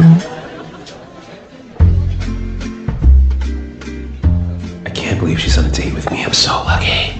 I must be the luckiest guy in the world. I want to scream at the top of my lungs. I'm the luckiest dude in the world! Oh, shut up. Don't be such a dumbass. She's so hot. Wait, I can't say that. That's sexist. She's so hot, she's making me sexist. Oh my god, I'm such a tool. Okay, get it together. Oh, she's eating salad. Oh, right, I have a salad. Oh crap, which fork do I use? Damn it. She's gonna think I'm a moron. What the hell are all these forks for? Which one did she use? Okay, chill. Be cool, be cool. Just take a fork. Eat your salad.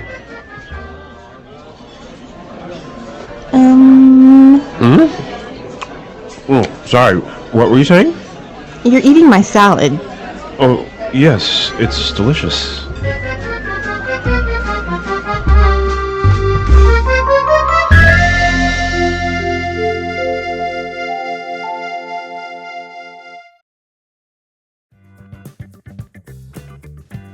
Listening again, I really noticed how harsh he is on himself.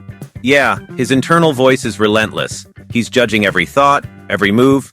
And that's actually great for learners, because it shows very natural, very real inner English. Totally. It's messy, emotional, and not textbook at all, just like real thinking. And the contrast makes the punchline even stronger when we hear, "You're eating my salad." Exactly. All right, now let's move on to the next set of expressions. Now let's talk about the word tool. Tool. Tool. In casual English, calling someone a tool means saying they're acting foolish, clueless, or embarrassing, especially in a social situation. It's not about intelligence, but about behavior. It often describes someone who lacks their own sense of direction, gets easily influenced by others, or tries too hard to look cool and ends up failing. Right. And in the dialogue, when he thinks, "I'm such a tool," he's being harsh on himself. He realizes that his thoughts and reactions are awkward and cringy. In simpler terms, he's thinking, "I'm acting like an idiot right now, and I hate it." For example, I kept bragging all night. I felt like such a tool afterward. That means the speaker is embarrassed by their own behavior. Now let's move on to the expression, "get it together." Get it together. Get it together. This phrase means calming yourself down, focusing, and regaining control, emotionally or mentally. It has the nuance of pulling yourself back together when your thoughts, emotions, or even your life feel scattered or out of control, like telling yourself to gather everything that's fallen apart and make it one again. And in the dialogue, when he tells himself, okay, get it together, he's trying to stop panicking and act normal. He says this to himself because no one else can see how nervous he is. It's all happening in his head. For example, I took a deep breath and told myself to get it together before the interview. That means the speaker tried to calm down and focus. Next, let's look at the word crap. Crap. Crap. Crap is a slang word that can mean things like shit, junk, or nonsense. It's often used to show surprise, frustration, or mild panic. It has almost the same meaning as shit, but according to sources like the Cambridge Dictionary, it's not as offensive as shit. That said, it's still informal and not exactly polite. In the dialogue, when he thinks, oh crap, which fork do I use? He suddenly realizes he doesn't know what to do and starts panicking. For example, oh crap, I left my phone at home. That means the speaker suddenly noticed a problem. All right, now let's talk about the word moron. Moron. Moron. This is a strong and insulting word meaning a very stupid person. Compared to similar words we heard today, moron focuses on intelligence or competence. Dumbass sounds more emotional and angry, and tool describes embarrassing behavior or trying too hard socially. Great. In the dialogue, when he thinks, she's going to think I'm a moron, he's worried about how he looks from her point of view. He's afraid she'll judge him as incompetent or socially clueless. For example, I sent the email to the wrong person. I felt like a moron. That means the speaker felt very stupid about their mistake. Okay, next up, let's look at the word chill. Chill. Chill. Chill originally means cold air, or to make something cold, but as a slang expression, it's used much more broadly. The idea comes from low temperature being associated with calmness and composure. So in everyday English, chill can mean to relax, calm down, or even describe someone as easygoing or cool. It's very common in spoken English, especially when emotions are running high. And in the dialogue, when he tells himself, okay, chill. Be cool, he's trying to slow his thoughts and stop overreacting. Chill and be cool are very similar here. Both mean to calm down. But be cool also adds the idea of looking calm on the outside, even if you're panicking on the inside. For example, just chill. Everything's going to be fine. That means telling someone to relax. And finally, let's talk about the expression, what the hell? What the hell? What the hell? This phrase is a super common expression used when emotions suddenly spike, just like at the top of my lungs or crap. It means something like, what on earth? What the heck is this? Or, are you serious? And emphasizes surprise, anger, confusion, or disbelief. The word hell literally means hell, so depending on the person or situation, it can sound rude or offensive. In public places or when you want to sound a bit softer, people often use euphemisms like what the heck or what on earth instead. In the dialogue, when he thinks, what the hell are all these forks for? He's confused and overwhelmed by the situation. In simpler terms, he's thinking, why is this so complicated? For example, what the hell is going on here? That means the speaker is totally confused and doesn't understand what's happening. All right, now let's listen to the dialogue one last time and see how all of this comes together.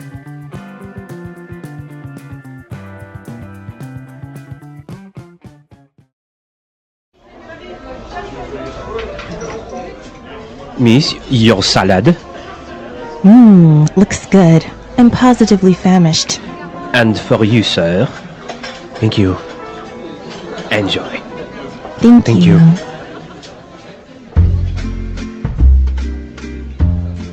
believe she's on a date with me. I'm so lucky. I must be the luckiest guy in the world. I want to scream at the top of my lungs. I'm the luckiest dude in the world. Oh, shut up. Don't be such a dumbass. She's so hot. Wait, I can't say that. That's sexist. She's so hot, she's making me sexist. Oh my god. I'm such a tool. Okay, get it together. Oh, she's eating salad. Oh, right. I have a salad. Oh, crap. Which fork do I use? Damn it. She's gonna think I'm a moron. What the hell are all these forks for? Which one did she use? Okay, chill. Be cool. Be cool. Just take a fork. Eat your salad.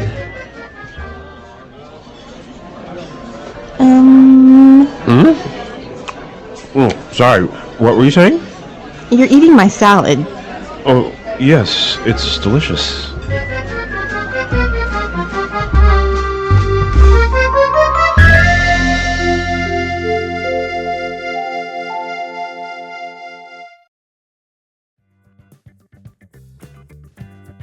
I think I spent that entire dialogue feeling nervous for him. Same. His internal monologue was completely out of control. And meanwhile, from the outside, he probably just looked quiet and confused. Exactly. That contrast is what made the whole thing so funny. I also love how relatable it felt. A lot of people overthink like that when they're nervous. Especially on first dates. Every tiny decision suddenly feels life or death. And then the salad moment at the end completely destroys him. Yep. One tiny mistake and total emotional collapse. All right. Now let's move on to our next episode. This next conversation sounds much more serious. Two researchers are supposed to be having an academic debate. But little by little, the discussion turns into complete chaos. You'll hear lots of formal and academic expressions at first. And then suddenly, it starts sounding like two kids arguing. It's dramatic, ridiculous, and honestly, pretty hilarious. All right, let's jump into our 7th episode. Which came first?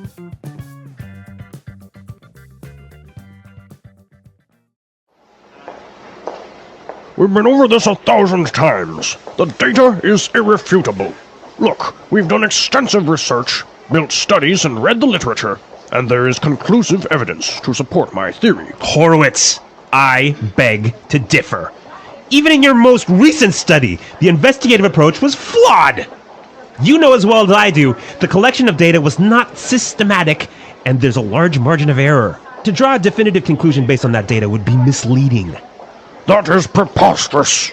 You are trying to single-handedly solve one of the world's greatest mysteries, and yet you're oblivious to the fact that you're wrong. I am not wrong. The chicken came first. No! The egg came first! The chicken. Egg! The chicken. The egg! The chicken. The egg!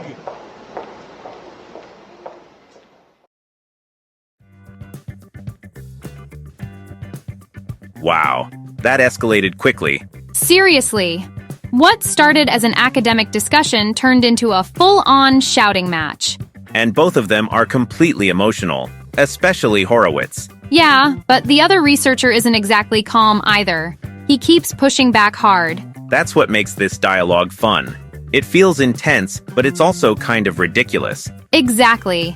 It shows how even intelligent people can lose control when they're emotionally invested.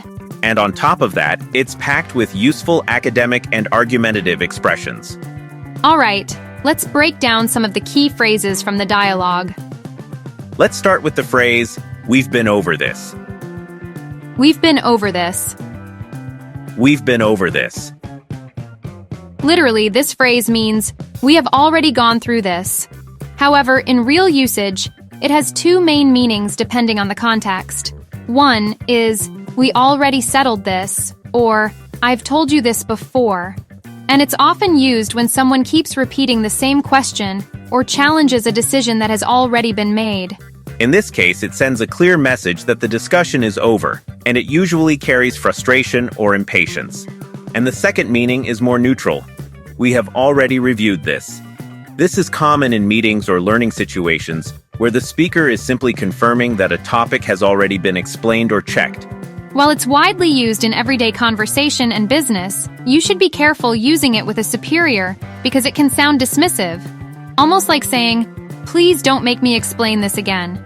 In the dialogue, when Horowitz says, "We've been over this 1,000 times," he means something like, "We already talked about this again and again, so there's no reason to debate it anymore." He's basically shutting the conversation down. For example, "We've been over this already. The deadline isn't changing." This shows annoyance and makes it clear the issue is settled. Okay, next up is the word irrefutable. Irrefutable. Irrefutable. Irrefutable means something is so strong that it cannot be denied or argued against. It describes evidence, facts, or logic that are so convincing that opposing them is practically impossible. When something is irrefutable, any attempt to disagree with it would sound unreasonable, because the proof is simply too solid to challenge. Right. In the dialogue, the data is irrefutable means Horowitz believes the data is so convincing that no counter-argument is even possible. For example, "The video footage was irrefutable evidence of what happened." This means the proof was undeniable. Now let's move on to the word extensive. Extensive. Extensive. Extensive means large in scale, wide-ranging, or very thorough.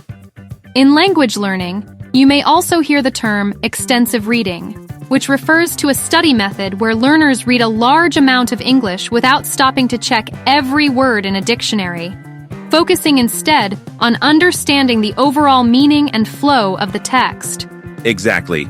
In the dialogue, when Horowitz says they've done extensive research, he means the research was deep, detailed, and covered many areas, not just a quick study. For example, "She has extensive experience in scientific research." That means she's worked in that field for a long time and knows it well. All right, next is the phrase conclusive evidence. Conclusive evidence. Conclusive evidence. Let's break this down. Conclusive comes from the word conclusion, so it describes something that brings an argument or investigation to an end. Evidence means facts, data, or information used to prove something. So conclusive evidence is proof that is not just strong, but strong enough to settle the issue and allow a final conclusion to be made, leaving little or no room for further debate. Yep. In the dialogue, "There is conclusive evidence to support my theory," means Horowitz believes the proof clearly settles the argument once and for all. For example, "There is no conclusive evidence that the treatment works." This means the proof is not strong enough to reach a final conclusion. Now let's take a look at the phrase investigative approach. Investigative approach. Investigative approach. Let's break this down. Investigative comes from the verb investigate, meaning to look into something deeply to find the real cause or truth. Yes, and approach means the way you choose to do something, your method or strategy. So an investigative approach is a thorough, question-driven way of working. You gather evidence, test assumptions, check for bias, and follow the facts step by step, instead of just guessing or relying on surface-level information. For example, "We need a more investigative approach to understand what went wrong." That means deeper and more careful analysis is needed. And next, let's look at the phrase, a margin of error. A margin of error. A margin of error. This refers to how much a result might be off or not perfectly accurate. In other words, it shows how big the possible mistake could be in data or measurements. Right. Here, the word margin means a limit or range. Basically, how far the result can move away from the true value. A small margin of error means the data is very precise, while a large margin of error means the results could be quite unreliable. In the dialogue, "There's a large margin of error" means the data may be unreliable because the possible mistakes are too big.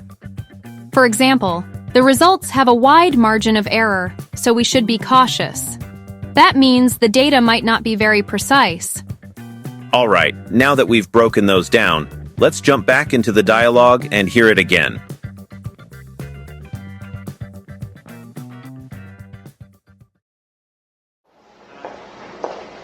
we've been over this 1,000 times. The data is irrefutable. Look, we've done extensive research, built studies, and read the literature, and there is conclusive evidence to support my theory. Horowitz, I beg to differ. Even in your most recent study, the investigative approach was flawed. You know as well as I do, the collection of data was not systematic, and there's a large margin of error. To draw a definitive conclusion based on that data would be misleading. That is preposterous. You are trying to single-handedly solve one of the world's greatest mysteries, and yet you're oblivious to the fact that you're wrong. I am not wrong. The chicken came first. No! The egg came first! The chicken. Egg! The chicken. The egg! The chicken. The egg!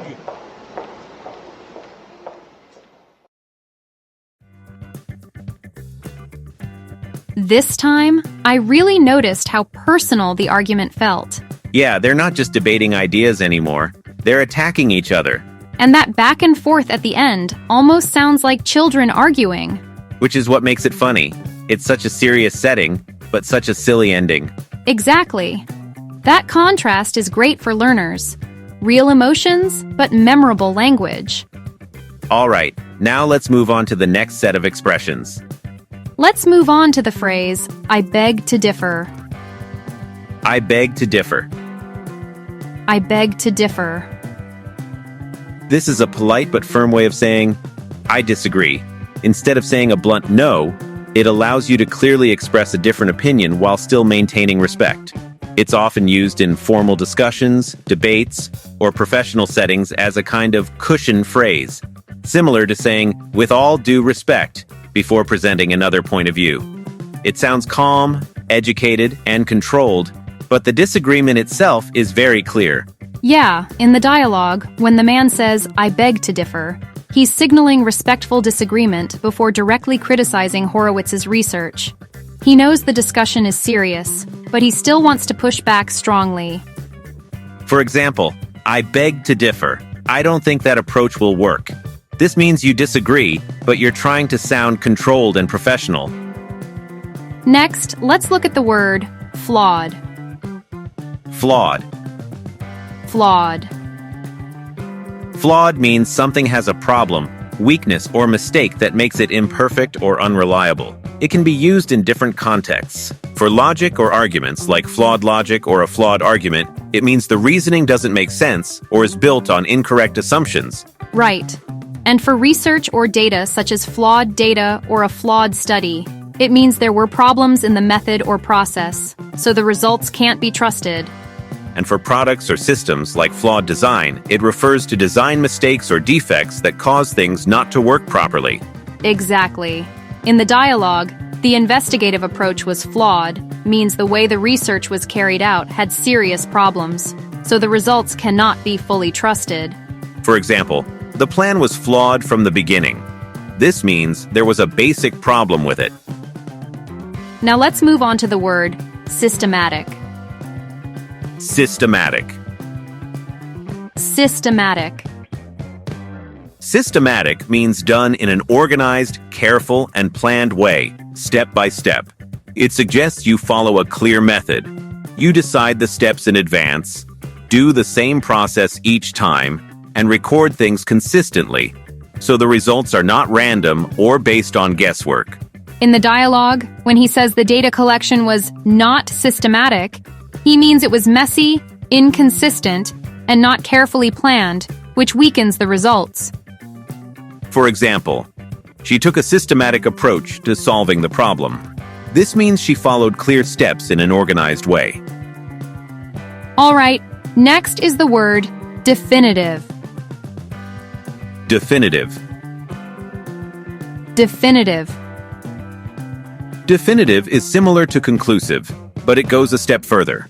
It means final, clear, and leaving no doubt. It has a strong sense of completion, something that is settled, fixed, and no longer needs revision or change. It can also suggest authority, as in the most trusted or highest standard within a field. In the dialogue, to draw a definitive conclusion means reaching a final answer too quickly, even though the data is not strong enough. For example, the study did not give a definitive answer. This means the results were not clear enough to be final. Now let's take a look at the word preposterous. Preposterous. Preposterous. This doesn't just mean wrong, it means something is so unrealistic or absurd that it's not even worth debating. It often carries a sense of shock, contempt, or strong anger, and in formal situations, it's used to strongly criticize an idea as completely unreasonable and against common sense.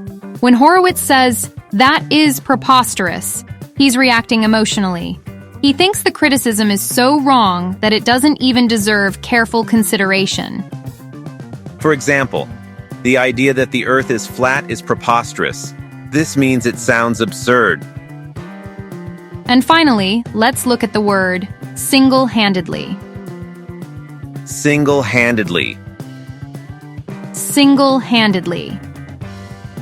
This means doing something alone, without help from anyone else. Compared to saying alone or by myself, single-handedly strongly emphasizes the person's effort, ability, or achievement, especially when they accomplish something big or difficult on their own. In the dialogue, Horowitz says, "You are trying to single-handedly solve one of the world's greatest mysteries." He accuses the man of trying to solve a huge mystery all by himself, which he sees as unrealistic and arrogant. For example, she single-handedly organized the entire event. This means she did everything by herself. All right, now let's listen to the dialogue one last time and see how all these expressions come together.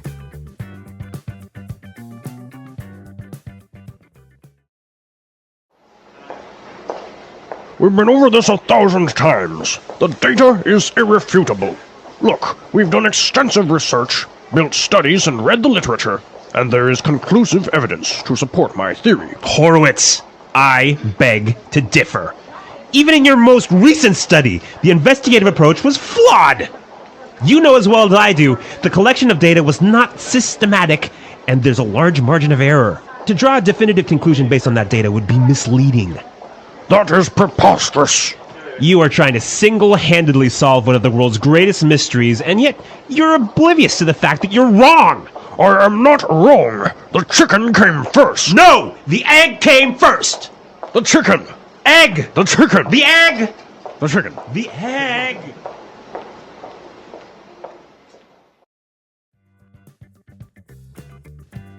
That argument completely fell apart by the end. I know.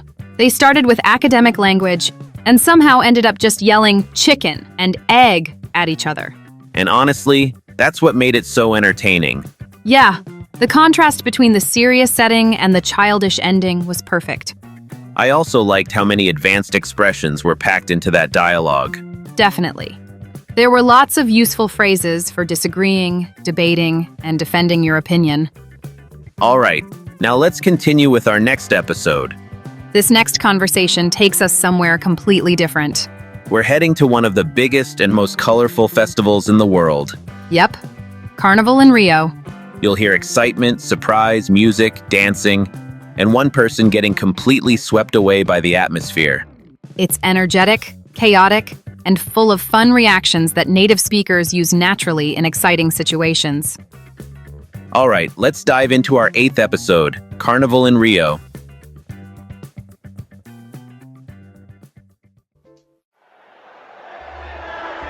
I can't believe we're here! Carnival in Rio! Seriously! This is like a once-in-a-lifetime opportunity. Can you believe it? We're here at the biggest party in the world! I know! We're so lucky we found tickets for the Sambadrome. Good thing we found that ticket scalper. Look! It's starting! Wow, this is amazing!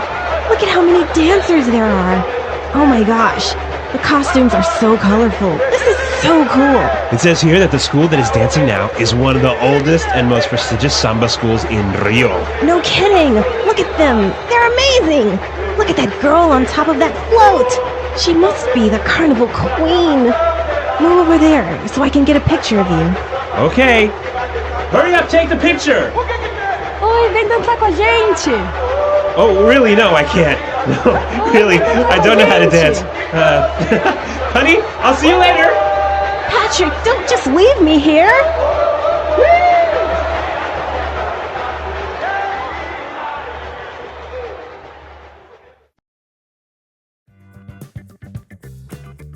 Wow, that was full of energy. You can really feel the excitement of being there in person. Totally. The woman sounds completely overwhelmed. In a good way. It's that kind of pure, joyful shock. And I love how natural their reactions are. Lots of short exclamations like, "I can't believe it," and "This is so cool." Yeah, and then suddenly the guy gets invited to dance and just disappears. Classic moment. It really captures the spontaneous spirit of Carnival. And there are so many useful phrases in that conversation. Absolutely. So, now let's take a look at some of the key expressions. All right, let's start with the phrase, once-in-a-lifetime opportunity. Once-in-a-lifetime opportunity. Once-in-a-lifetime opportunity.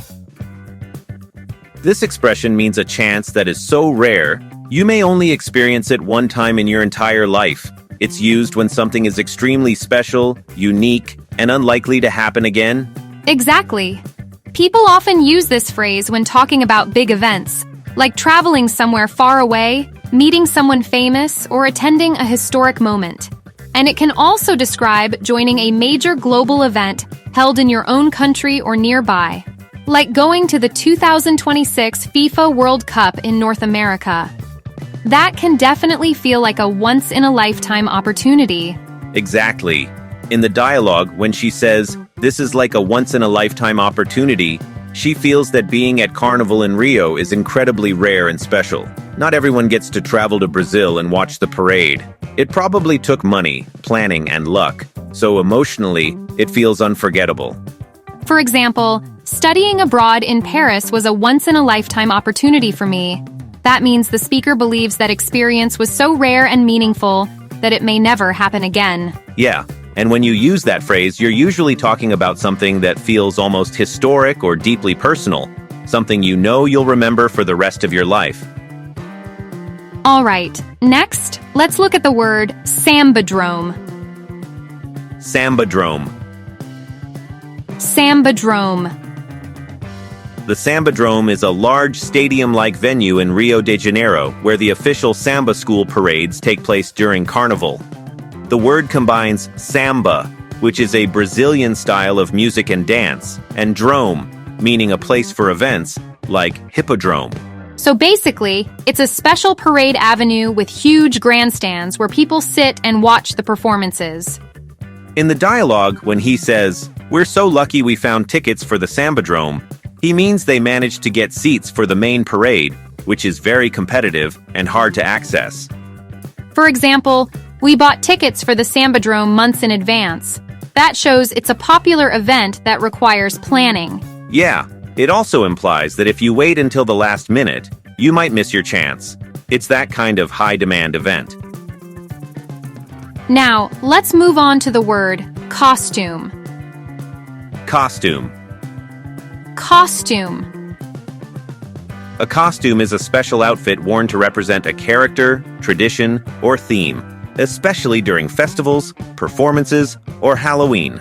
And it can refer to stage or theater costumes, traditional ethnic clothing, event or party outfits, cosplay costumes, or even uniforms that represent a specific profession or role. In the dialogue, when she says, "The costumes are so colorful," she's talking about the elaborate parade outfits.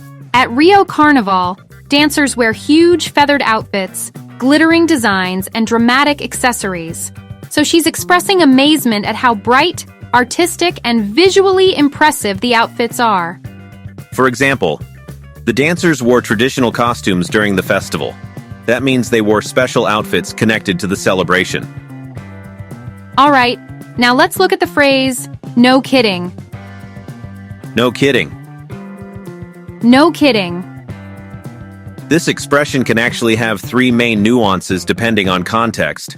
First, it can show strong agreement, meaning, "That's absolutely true," or "I totally agree."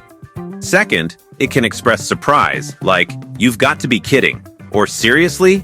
when you hear something shocking. And third, it can be slightly sarcastic, meaning, "Well, obviously," when someone says something that's already very clear. So the tone of voice really matters when you use it.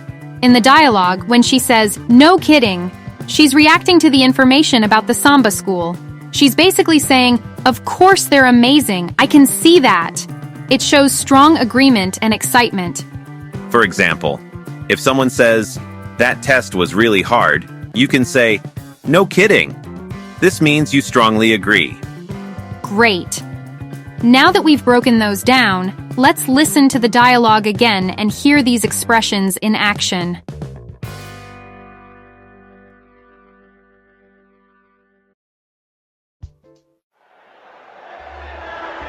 I can't believe we're here! Carnival in Rio! Seriously! This is like a once-in-a-lifetime opportunity. Can you believe it? We're here at the biggest party in the world! I know! We're so lucky we found tickets for the Samba-drome. Good thing we found that ticket scalper. Look! It's starting! Wow, this is amazing! Look at how many dancers there are! Oh my gosh, the costumes are so colorful. This is so cool! It says here that the school that is dancing now is one of the oldest and most prestigious samba schools in Rio. No kidding! Look at them! They're amazing! Look at that girl on top of that float! She must be the carnival queen! Move over there so I can get a picture of you. Okay. Hurry up, take the picture! Oi, vem dançar com a gente! Oh, really? No, I can't. No, really, I don't know how to dance. Honey, I'll see you later! Patrick, don't just leave me here!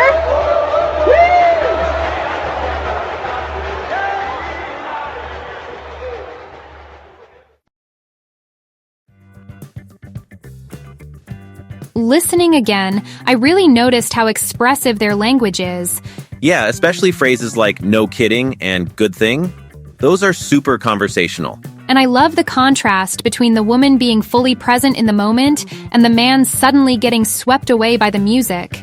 It shows how fast situations can change at big festivals. Definitely. And it gives us even more useful everyday expressions.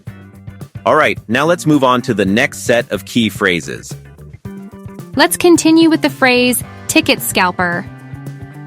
Ticket scalper. Ticket scalper. A ticket scalper is someone who buys tickets, usually for concerts, sports events, or festivals, and then resells them at a much higher price. This often happens when an event is sold out and people are desperate to get in. Right. The word sometimes has a slightly negative nuance because scalpers take advantage of high demand. In Japanese, this would be similar to someone who does tenbai. Depending on the situation, it can raise legal and ethical issues. In some places, it's restricted or regulated by law, and many people see it as unfair because it drives prices up and limits access for regular fans. In the dialogue, when he says, "Good thing we found that ticket scalper," it means the official tickets were probably sold out. So even though buying from a scalper can be expensive, they were lucky to get access to the event at all. For example, we couldn't buy tickets online, so we ended up buying them from a ticket scalper outside the stadium. This means they purchased tickets unofficially, likely at a higher price, just to enter the event. Yeah, and that sentence also suggests a bit of urgency. They really wanted to be there, even if it meant paying extra or taking a small risk. Next, let's look at the adjective, prestigious. Prestigious. Prestigious. Prestigious means highly respected, admired, and well known for excellence. It's used to describe people, places, organizations, or awards that attract high praise and respect because of their history, quality, or achievements. For example, we say a prestigious university to mean a top-tier or highly respected university, and a prestigious award to mean an award that carries great authority and honor. In the dialogue, when he says, one of the oldest and most prestigious samba schools in Rio, he means this samba school has history, tradition, and a respected status in the carnival community. It's not just old, it's honored and admired. For example, she graduated from a prestigious university. That means the university has a strong reputation and is widely respected. Now, let's move on to the word float. Float. Float. In everyday English, float can mean something that stays on top of water, but in festivals or parades, a float is a decorated platform built on a vehicle that moves along the parade route. Exactly. Parade floats are often large, colorful, and designed around a theme. In the dialogue, when she says, "Look at that girl on top of that float," she's talking about a performer standing on one of those moving decorated platforms in the parade. For example, the children waved from the holiday float during the parade. This means they were standing on a decorated moving platform as part of the celebration. Yeah, and floats are usually designed to grab attention. They're meant to be visually impressive so the audience can't miss them. All right, finally, let's look at the expression, Carnival Queen. Carnival Queen. Carnival Queen. A carnival queen is typically a symbolic female representative chosen to embody the spirit, beauty, and energy of the festival. Many festivals around the world select a queen as a ceremonial figure. In Rio, the queen's costume can be absolutely massive, sometimes over 5 meters tall and weighing more than 80 kilograms. These outfits require incredible craftsmanship, engineering, and passion to design and build. The most prestigious way to obtain such a costume is through a custom-made order, where an award-winning designer creates a one-of-a-kind piece tailored to the wearer's measurements, personality, and artistic vision. In the dialogue, when she says, "She must be the carnival queen," she assumes that the woman standing high on the float, wearing an extravagant costume, holds an important and prestigious role in the parade. It shows admiration and excitement. She sees someone who looks special and important. For example, the Carnival Queen led the parade and greeted the crowd. This means she played a central, symbolic role in the celebration. Great. Now that we've explored those expressions, let's listen to the dialogue one more time and see how everything comes together.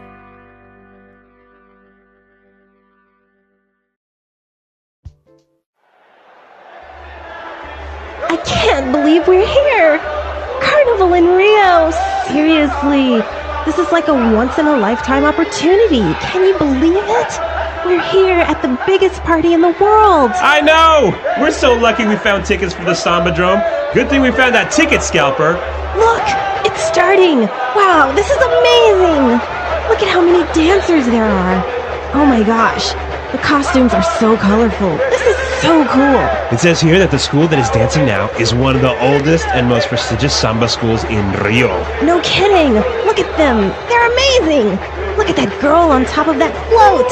She must be the carnival queen! Move over there so I can get a picture of you. Okay. Hurry up, take the picture! Oi, vem dançar com a gente!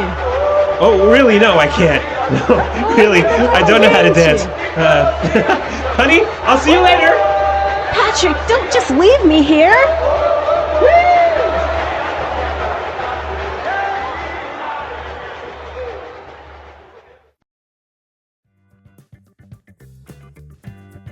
That dialogue seriously made me want to visit Rio someday. Same. The energy of Carnival felt absolutely insane. And I loved how spontaneous everything was. Yeah, 1 second they're just watching the parade, and the next second he's dancing with strangers. Meanwhile, she's just standing there like, "Patrick, don't leave me!"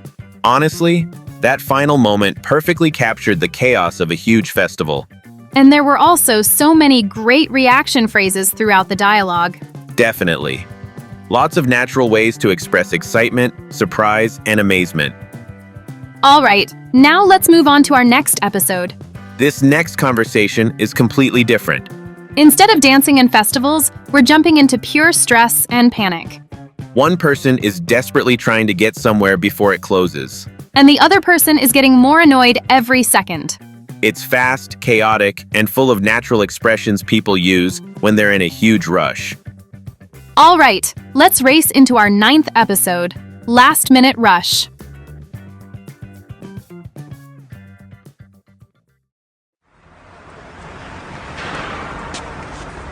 Hurry up, get in.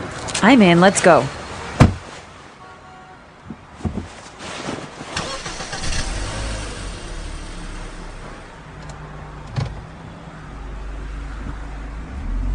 Okay, Make a left here. No, wait, I meant make a right. Come on, speed up. Geez, what's the rush? Don't worry about it, just drive. Oh no, the light is about to change. Step on it. Are you nuts? I'm not going to run a red light. Whatever, just turn right here. The freeway will be packed at this hour. Let's take a side street. Go on. Get out of our way! Move! Move! What's your problem? Geez, having a fit is not going to help. Here, I know a shortcut. Just go down here, and we'll cut through Ashburn Heights. Let's go! Let's go! Watch out for that lady. I'm going as fast as I can. Yes, we made it. 5:58, just before the library closes.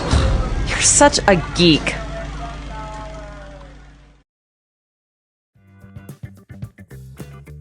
Wow, that was intense. You can really feel the urgency in that conversation. Yeah, the man was completely panicking the whole time. And the woman was trying to stay calm, but you could tell she was getting really annoyed. Definitely. It's a great example of how people speak when they're stressed or in a hurry. And there are so many useful expressions in there for giving directions and reacting emotionally. All right, now let's break down some of the key phrases from the dialogue. Let's start with the phrase, get in. Get in. Get in. So, get in usually means to enter a car, taxi, truck, or other small vehicle. It's the natural expression we use when someone goes inside a vehicle that you can physically step into or climb into. But it's not limited to vehicles. We can also use get in for small, enclosed spaces in general, like an elevator, a room, or even a box-like space where the feeling is going inside. Right. And that's a really important point. In English, we usually say, get in for smaller enclosed spaces like cars, and get on for larger forms of transportation like buses, trains, and planes where you can stand or move around. So in this dialogue, when the man says, hurry up, get in, he means, come on, get into the car right now.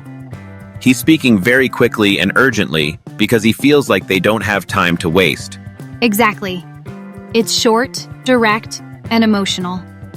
He's not trying to be polite here. He's panicking. So the phrase itself is simple, but the tone makes a big difference. Get in can sound neutral in one situation, but in this dialogue, it sounds rushed and intense. For example, get in the elevator. It's about to close.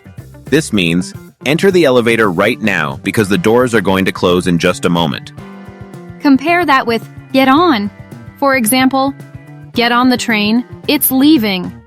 This means board the train immediately because it's about to depart. Here, get on is used because a train is a larger vehicle where you can walk around, and the focus is on boarding rather than entering a small enclosed space. So both get in and get on can carry urgency, but the choice depends on the type of space or vehicle. Get in feels like going inside something small, while get on feels like stepping onto something bigger or more open. All right, next, let's move on to the expression, make a left. Make a left. Make a left. This expression means turn left. It's very common when giving driving directions. In casual spoken English, people often say make a left or make a right instead of turn left or turn right. Right. And in the dialogue, the man says, make a left here. No, wait, I meant make a right. What's happening here is that he's giving directions in a rushed, disorganized way. He first tells her to turn left, then immediately realizes he made a mistake and corrects himself. Yeah, and that makes the scene feel very real. People do this all the time in the car, especially when they're stressed. So this line doesn't just teach us a direction phrase. It also teaches us how people sound when they're panicking and trying to think too fast. For example, make a left at the next corner and you'll see the bank on your right. This means turn left at the next corner, and after that, the bank will be on the right-hand side. So make a left or make a right are very useful spoken phrases for navigation. All right, now let's look at the word geez. Geez. Geez. Geez is an exclamation people use when they're annoyed, surprised, frustrated, or emotionally reacting to something.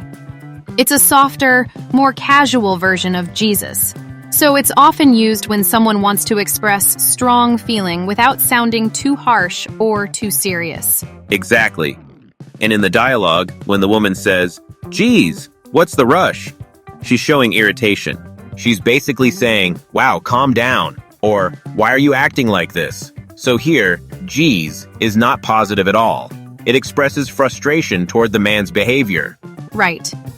She's reacting emotionally before asking her question. So, geez works almost like a signal that says, "I'm already annoyed." It helps make her line sound much more natural and realistic. For example, "Geez, give me a second." This means something like, "Come on, relax. I need a little time." So again, it often appears when someone feels pressured or irritated. You could also hear it when someone is surprised, like, "Geez, that scared me." In that case, the emotion is shock rather than annoyance. So the exact meaning depends on tone and context. All right, next, let's move on to the pattern. Be about to do something. Be about to do something. Be about to do something. This pattern means that something is going to happen very soon, almost immediately. It's used when an action is just on the edge of happening. Right. And in the dialogue, the man says, "Oh no, the light is about to change." That means the traffic light is going to change in just a moment. He sees that the timing is tight, and that's why he becomes even more desperate. Exactly. He's not talking about the distant future. He means, this is going to happen any second now. That sense of immediacy is really important. Be about to is great when you want to describe something that is right on the verge of happening. For example, the movie is about to start, so let's find our seats. This means the movie will begin very soon, so you should sit down now. So the phrase helps create urgency in a very natural way. You can use it for your own actions too. For example, I was about to call you. That means, I was just going to call you a moment ago. Very useful expression. Okay, now let's talk about the phrase, "Are you nuts?" Are you nuts? Are you nuts? This phrase means, are you crazy? Or, what you're saying is ridiculous or dangerous. It's an informal expression people use when they strongly disagree with someone's idea or behavior. Right. And in the dialogue, the woman says, "Are you nuts?" Because the man is pressuring her to drive dangerously. So she uses, "Are you nuts?" to show that his suggestion is unreasonable and reckless. Exactly. She's not literally asking whether he has a mental problem. She's reacting to how absurd his behavior is. Right. In everyday English, this phrase is often used when someone says or does something shocking, risky, or just plain stupid. For example, are you nuts? It's freezing outside, and you want to go swimming? This means, that idea sounds crazy to me. Just keep in mind that this phrase is pretty direct. It's common in casual conversation, movies, and arguments, but it can sound rude, so learners should be careful about when they use it. All right, now let's move on to the expression, run a red light. Run a red light. Run a red light? This means to continue driving through an intersection even though the traffic light is red. In other words, you don't stop when the law says you must stop. And you might also hear, go through a red light, which is more neutral and descriptive. Ignore a red light, which emphasizes a conscious decision to break the rule. Or even, blow through a red light, which is a very strong expression suggesting speed and danger in daily conversation. Right. And this expression is very common in driving-related conversations, traffic reports, accidents, police reports, and everyday talk about dangerous driving. It usually has a negative meaning because running a red light is illegal and unsafe. In the dialogue, when the woman says, "I'm not going to run a red light," she means, "I'm not going to break the law and drive through a red signal just because you're in a hurry."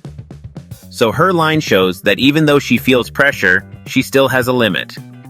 For example, the driver ran a red light and almost caused an accident.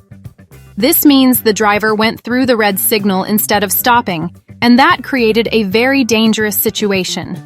So this is a useful phrase not only for driving English, but also for understanding news, movies, and daily conversations about traffic and safety.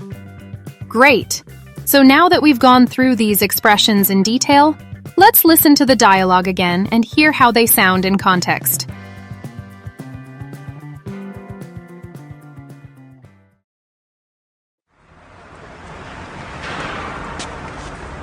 Hurry up, get in. I'm in, let's go.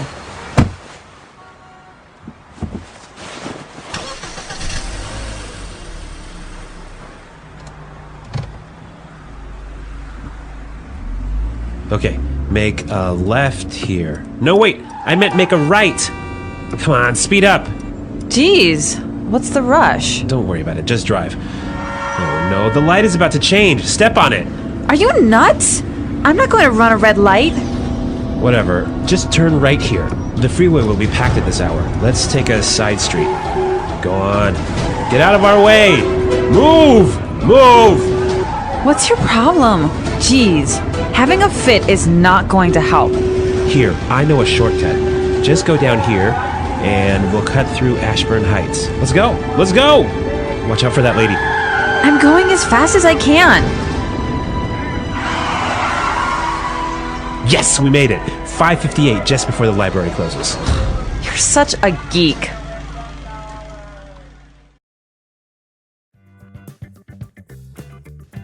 Listening again, the guy was kind of unbearable. Seriously, if he's in that much of a hurry, why doesn't he just drive himself? Exactly. He's just giving orders the whole time. Yeah, non-stop complaining. Relax, you're not even driving. Makes you wonder, maybe he doesn't even have a license. Oh, wow. That would explain a lot. And if that's true, that attitude is even worse. Honestly, if he were my boyfriend, I might think about breaking up. Hahaha, yeah, big red flag. Totally. People's true personality shows when they're stressed. That's right. Alright guys, now let's take a look at some more useful expressions. Let's continue with the word freeway. Freeway. Freeway. A freeway is a major high-speed road designed for cars to travel long distances without stopping at regular intersections or traffic lights. In American English, it's one of the common words for a large highway system. Right. And depending on the country or region, you might also hear words like highway, expressway, or motorway. But in everyday American conversation, freeway is extremely common. In the dialogue, the man says, "The freeway will be packed at this hour." What he means is that the main fast road is probably going to be full of traffic because it's a busy time of day. Exactly. So even though a freeway is supposed to help people travel quickly, at certain times, like rush hour, it can become the exact opposite. Instead of moving fast, you can get stuck in heavy traffic. And that's why he wants to avoid it. He thinks taking the freeway will slow them down because too many people are using it at the same time. For example, the freeway was so crowded this morning that it took me an extra 40 minutes to get to work. This means the person used a major road, but because there were so many cars on it, the trip took much longer than usual. Alright, next let's move on to the expression side street. Side street. Side street. A side street is a smaller road that branches off from a main road. It usually has less traffic than a big road or freeway, and people often use side streets to avoid congestion. Right. So in the dialogue, when the man says, "Let's take a side street," he means, let's avoid the big crowded road and go through smaller local roads instead. Exactly. The idea is that the side street might be slower in theory because it's smaller, but in practice, it can be faster if the main road is packed. This is a great phrase for navigation because it reflects real-life decision-making. Sometimes the shortest route isn't the fastest route, and people choose side streets to save time. For example, traffic was terrible on the main road, so we turned onto a side street instead. This means they left the bigger road and used a smaller one in hopes of avoiding traffic and moving more smoothly. Okay, next, let's talk about the phrase, have a fit. Have a fit. Have a fit. This expression means to suddenly become very upset, angry, emotional, or overreactive. In everyday conversation, it often suggests that someone is making too big a scene. Right. And in the dialogue, the woman says, having a fit is not going to help. She means panicking, yelling, and overreacting like this is not going to improve the situation. Exactly. She's criticizing his behavior. She's basically telling him that losing control emotionally is useless. It's worth noting that have a fit can sometimes refer to being shocked or upset in a dramatic way, not only angry. Like a parent might have a fit if their child comes home very late, or someone might have a fit over bad news. For example, my mom had a fit when she saw the mess in the kitchen.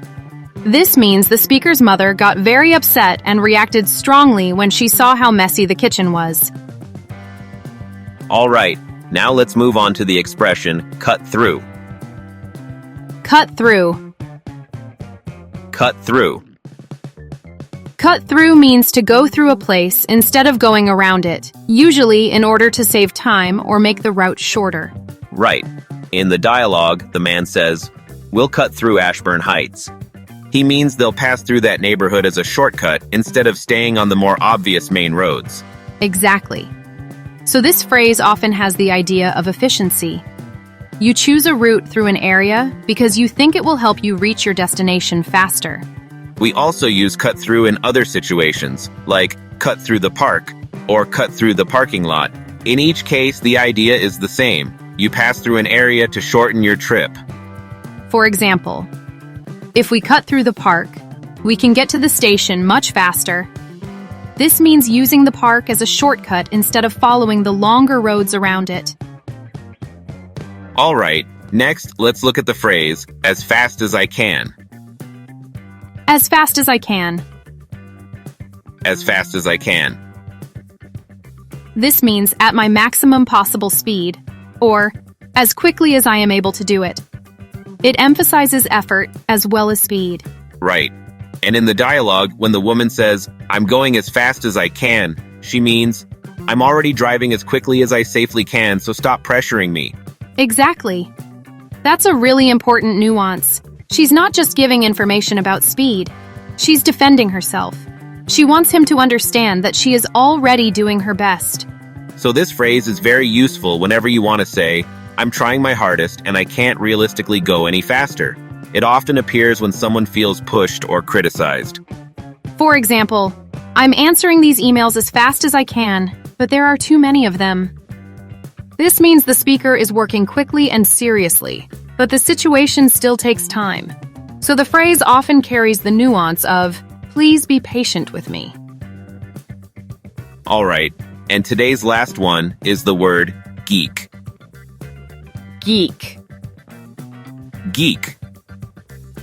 A geek is someone who is very interested in a specific subject, hobby, or activity, sometimes to an intense level. It can refer to things like technology, games, science, comics, books, or any niche passion. Right. In the past, geek was often more negative and suggested someone awkward or overly obsessed.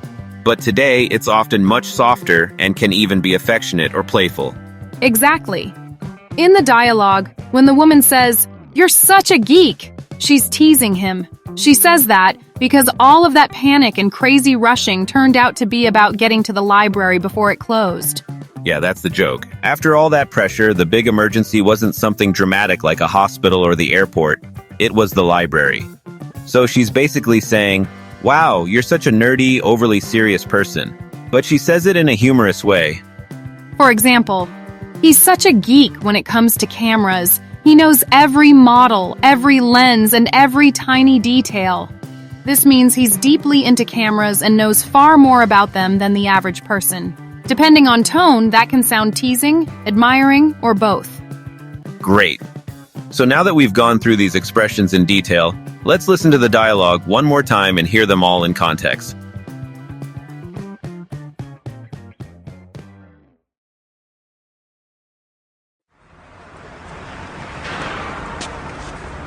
Hurry up, get in. I'm in, let's go.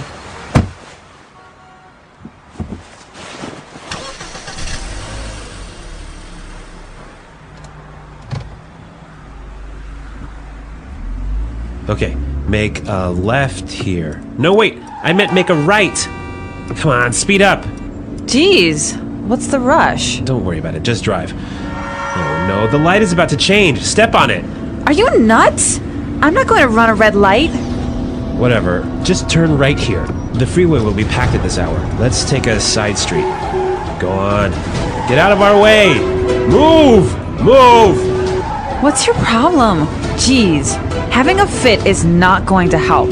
Here, I know a shortcut. Just go down here, and we'll cut through Ashburn Heights. Let's go! Let's go!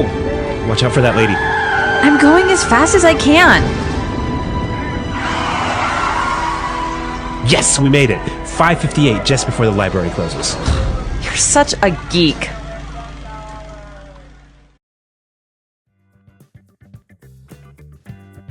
I still can't believe all that panic was just about getting to the library before it closed. I know. The entire conversation felt like some kind of emergency situation. And meanwhile, she's just trying not to crash the car. Honestly, I would have gotten annoyed way faster than she did. Yep, he was giving directions like his life depended on it. But that's what made the dialogue feel so realistic. Yeah, people really do talk like that when they're stressed and running out of time. And there were so many useful expressions for giving directions, panicking, and reacting emotionally. All right, and now we've reached our final episode. This one is extra special because it's a brand new episode that hasn't been released yet. So you guys are getting an early preview before everyone else. And this final conversation takes us into a courtroom. You'll hear dramatic arguments, persuasive language, and a lawyer trying to convince the jury that his client is innocent. At first, it sounds like a serious legal drama. But let's just say the ending changes everything. All right, everyone. Let's jump into our final episode. Innocent or guilty?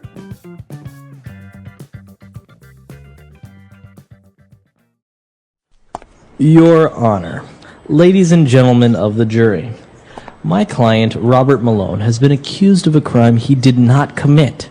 The prosecution has accused my client of being a pickpocket. I know we have heard the testimony of many people here today. People who claim the defendant, my client, stole their wallets. I feel sorry for these victims, I really do. But my client is innocent. Let's look at the facts. Number one, these so-called witnesses did not actually see the defendant steal anything. Number two, when the police stopped him, he did not have any of the stolen wallets. There is no evidence. Therefore, ladies and gentlemen of the jury, I ask you to think carefully before giving your verdict. Look at the facts. Look at the evidence. My client is innocent. Ladies and gentlemen of the jury, have you reached a verdict? Yes, Your Honor. Our verdict is not guilty. Thank you so much. You were great. Thank you for all your hard work. You're welcome, Robert. I knew you were innocent, so my job was easy. Take care of yourself, okay? Thanks once again. Hey, where's my wallet?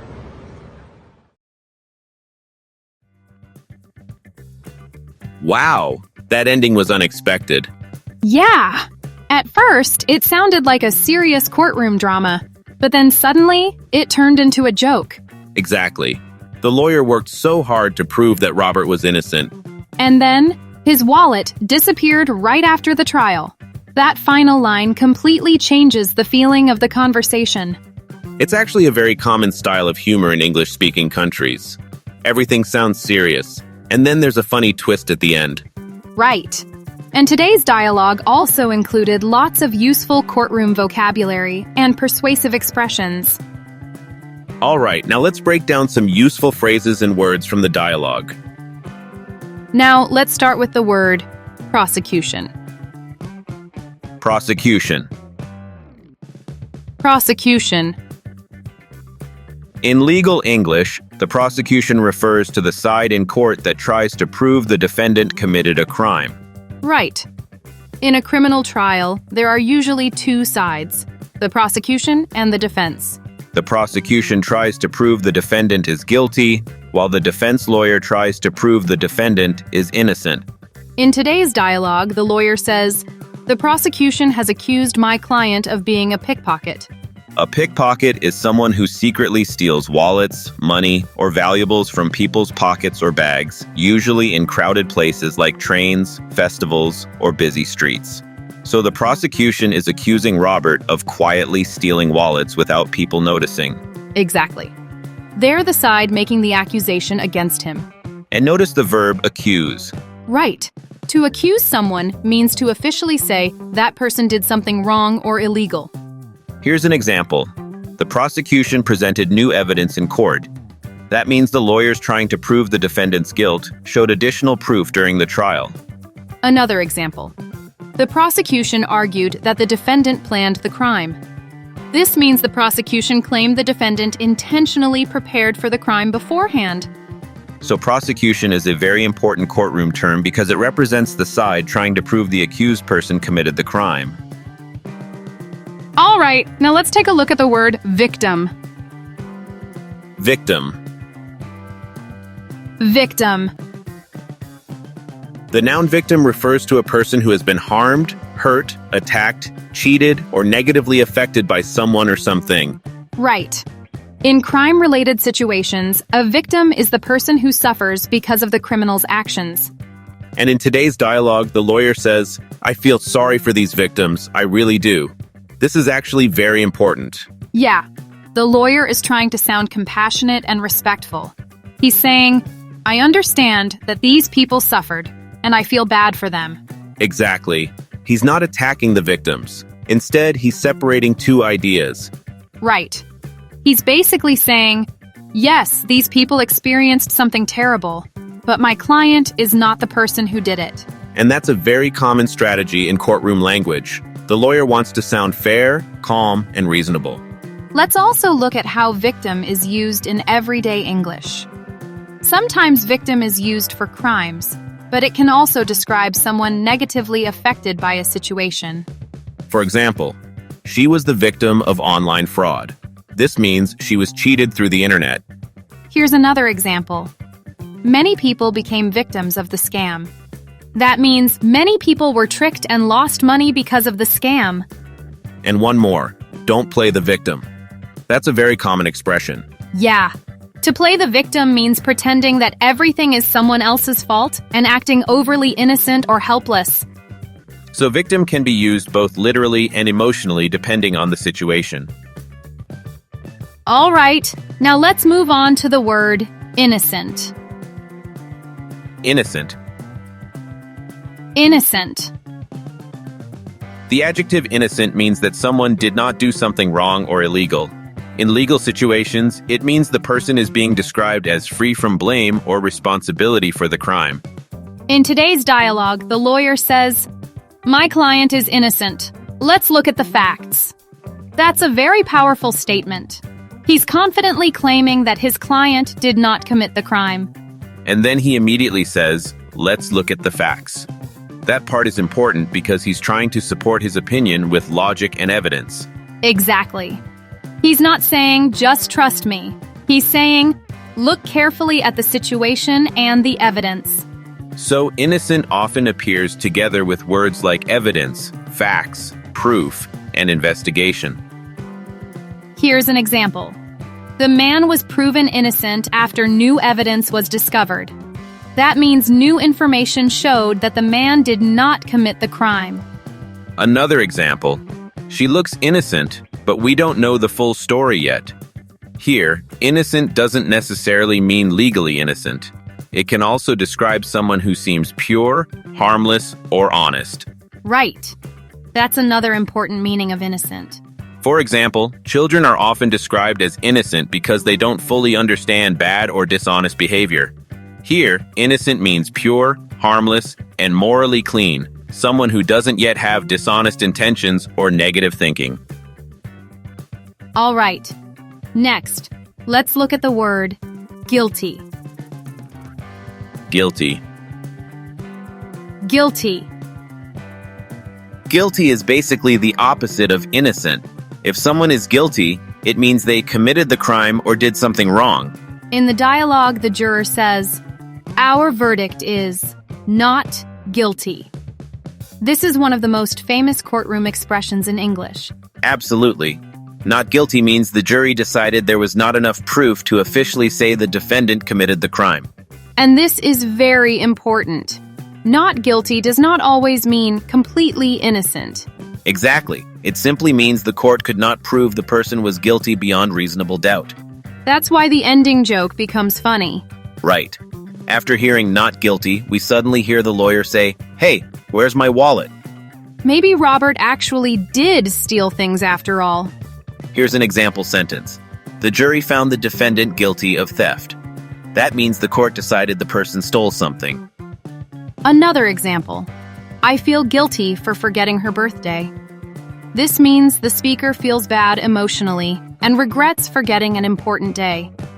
In everyday conversation, feel guilty means feeling bad emotionally because you think you did something wrong.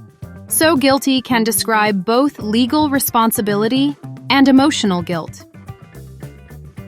All right. Next, let's look at the word evidence.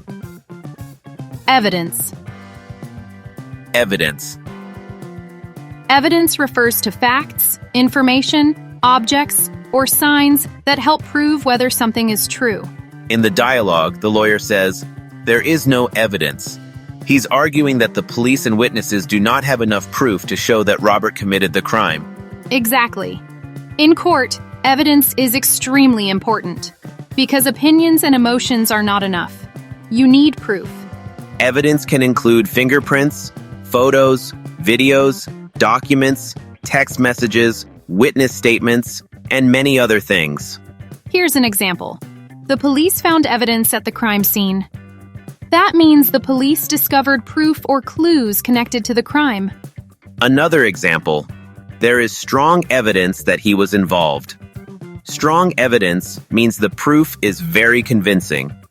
So notice that evidence is not only used in crime situations, it's also commonly used in science, business, research, and everyday discussions. And grammatically, evidence is usually uncountable. Exactly. Native speakers normally say some evidence or a piece of evidence, not an evidence. Great. Now that we've gone over those expressions, let's listen to the dialogue one more time.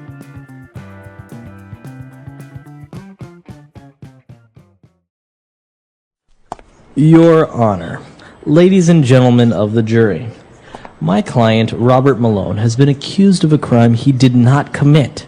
The prosecution has accused my client of being a pickpocket. I know we have heard the testimony of many people here today. People who claimed the defendant, my client, stole their wallets. I feel sorry for these victims, I really do. But my client is innocent. Let's look at the facts. Number one, these so-called witnesses did not actually see the defendant steal anything. Number two, when the police stopped him, he did not have any of the stolen wallets. There is no evidence. Therefore, ladies and gentlemen of the jury, I ask you to think carefully before giving your verdict. Look at the facts. Look at the evidence. My client is innocent. Ladies and gentlemen of the jury, have you reached a verdict? Yes, Your Honor. Our verdict is not guilty. Thank you so much. You were great. Thank you for all your hard work. You're welcome, Robert. I knew you were innocent, so my job was easy. Take care of yourself, okay? Thanks once again. Hey, where's my wallet?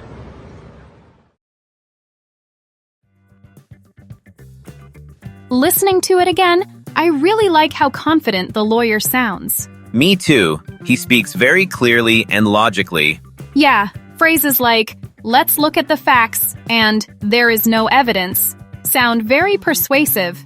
And those kinds of expressions can actually be useful outside the courtroom too. Also, I think the final joke becomes even funnier the second time you hear it. Definitely. You can use similar language during meetings, debates, or even casual discussions when you want to explain your opinion clearly. All right, let's continue with more useful phrases and expressions from today's dialogue. Let's start with the word testimony. Testimony. Testimony. Testimony is a formal statement given in court by a witness. In other words, it's the information or story someone officially tells the court about what they saw, heard, or experienced.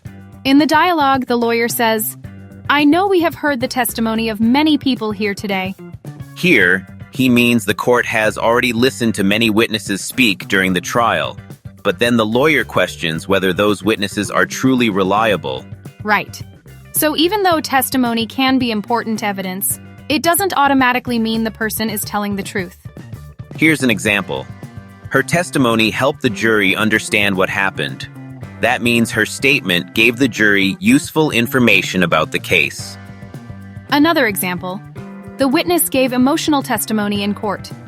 This means the witness spoke in a very emotional or powerful way during the trial.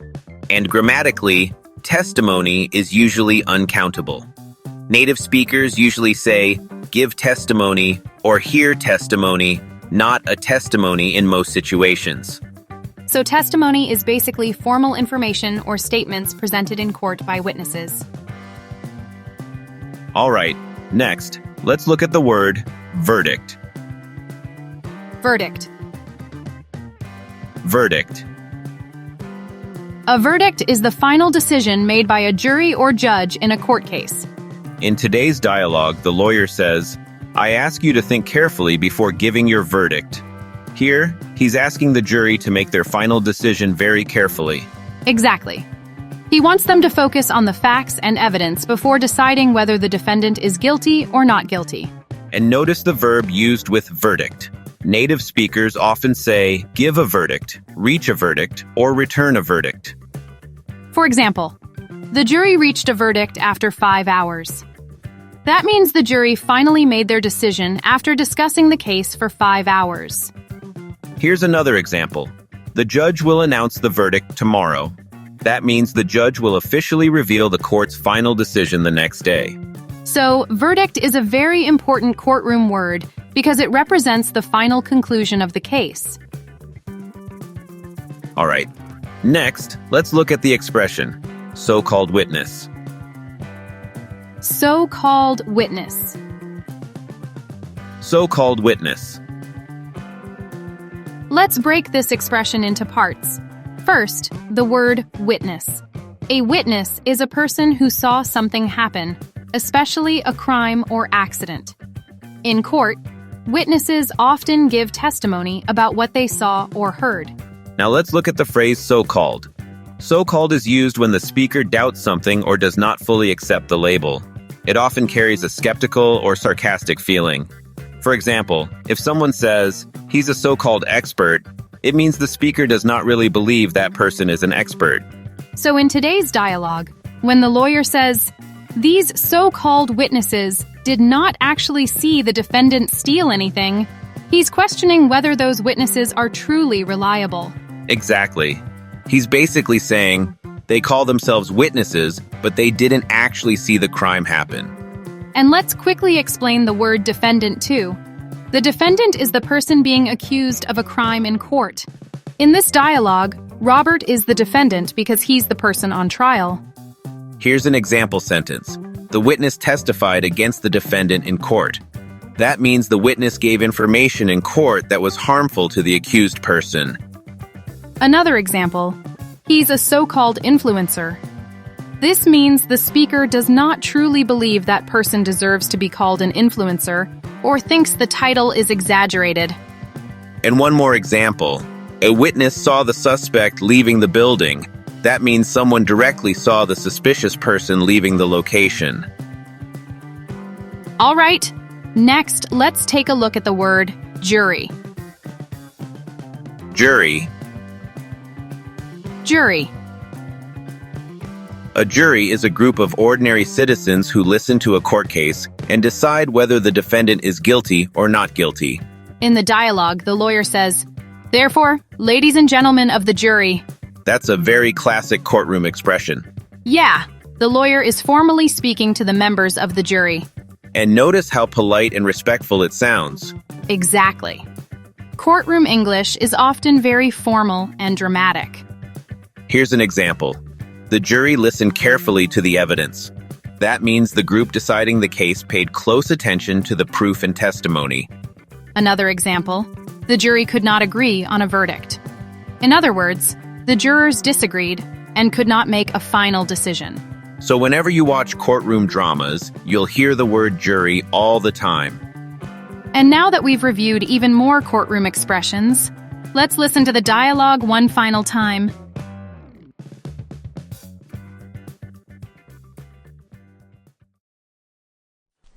Your Honor, ladies and gentlemen of the jury, my client, Robert Malone, has been accused of a crime he did not commit. The prosecution has accused my client of being a pickpocket. I know we have heard the testimony of many people here today. People who claim the defendant, my client, stole their wallets. I feel sorry for these victims, I really do. But my client is innocent. Let's look at the facts. Number one, these so-called witnesses did not actually see the defendant steal anything. Number two, when the police stopped him, he did not have any of the stolen wallets. There is no evidence. Therefore, ladies and gentlemen of the jury, I ask you to think carefully before giving your verdict. Look at the facts. Look at the evidence.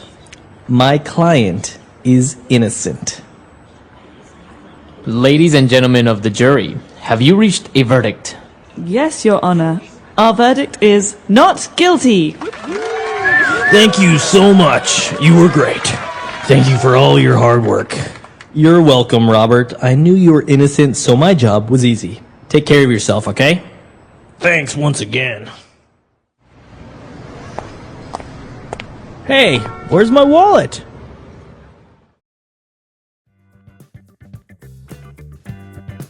All right, everyone. That brings us to the end of our special compilation from the first 4 months of 2026. It's honestly kind of crazy looking back at how many different conversations we've shared already this year. Yeah. Over the past 4 months, we've covered awkward dates, stressful car rides, courtroom drama, academic arguments, huge festivals, family conversations, and so many everyday situations that English learners can actually relate to. And that's one of the best ways to improve your English listening skills. Definitely. The more different situations you hear, the more natural English starts feeling to your brain. You stop translating word by word. And you start understanding emotion, tone, rhythm, and reactions naturally.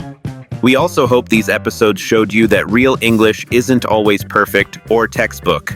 Right. Sometimes it's awkward, emotional, dramatic, messy, or even ridiculous. But that's exactly what makes it real. And hopefully, after listening to all these episodes, you feel a little more confident understanding natural spoken English. Also, thank you so much for supporting us throughout the first part of 2026.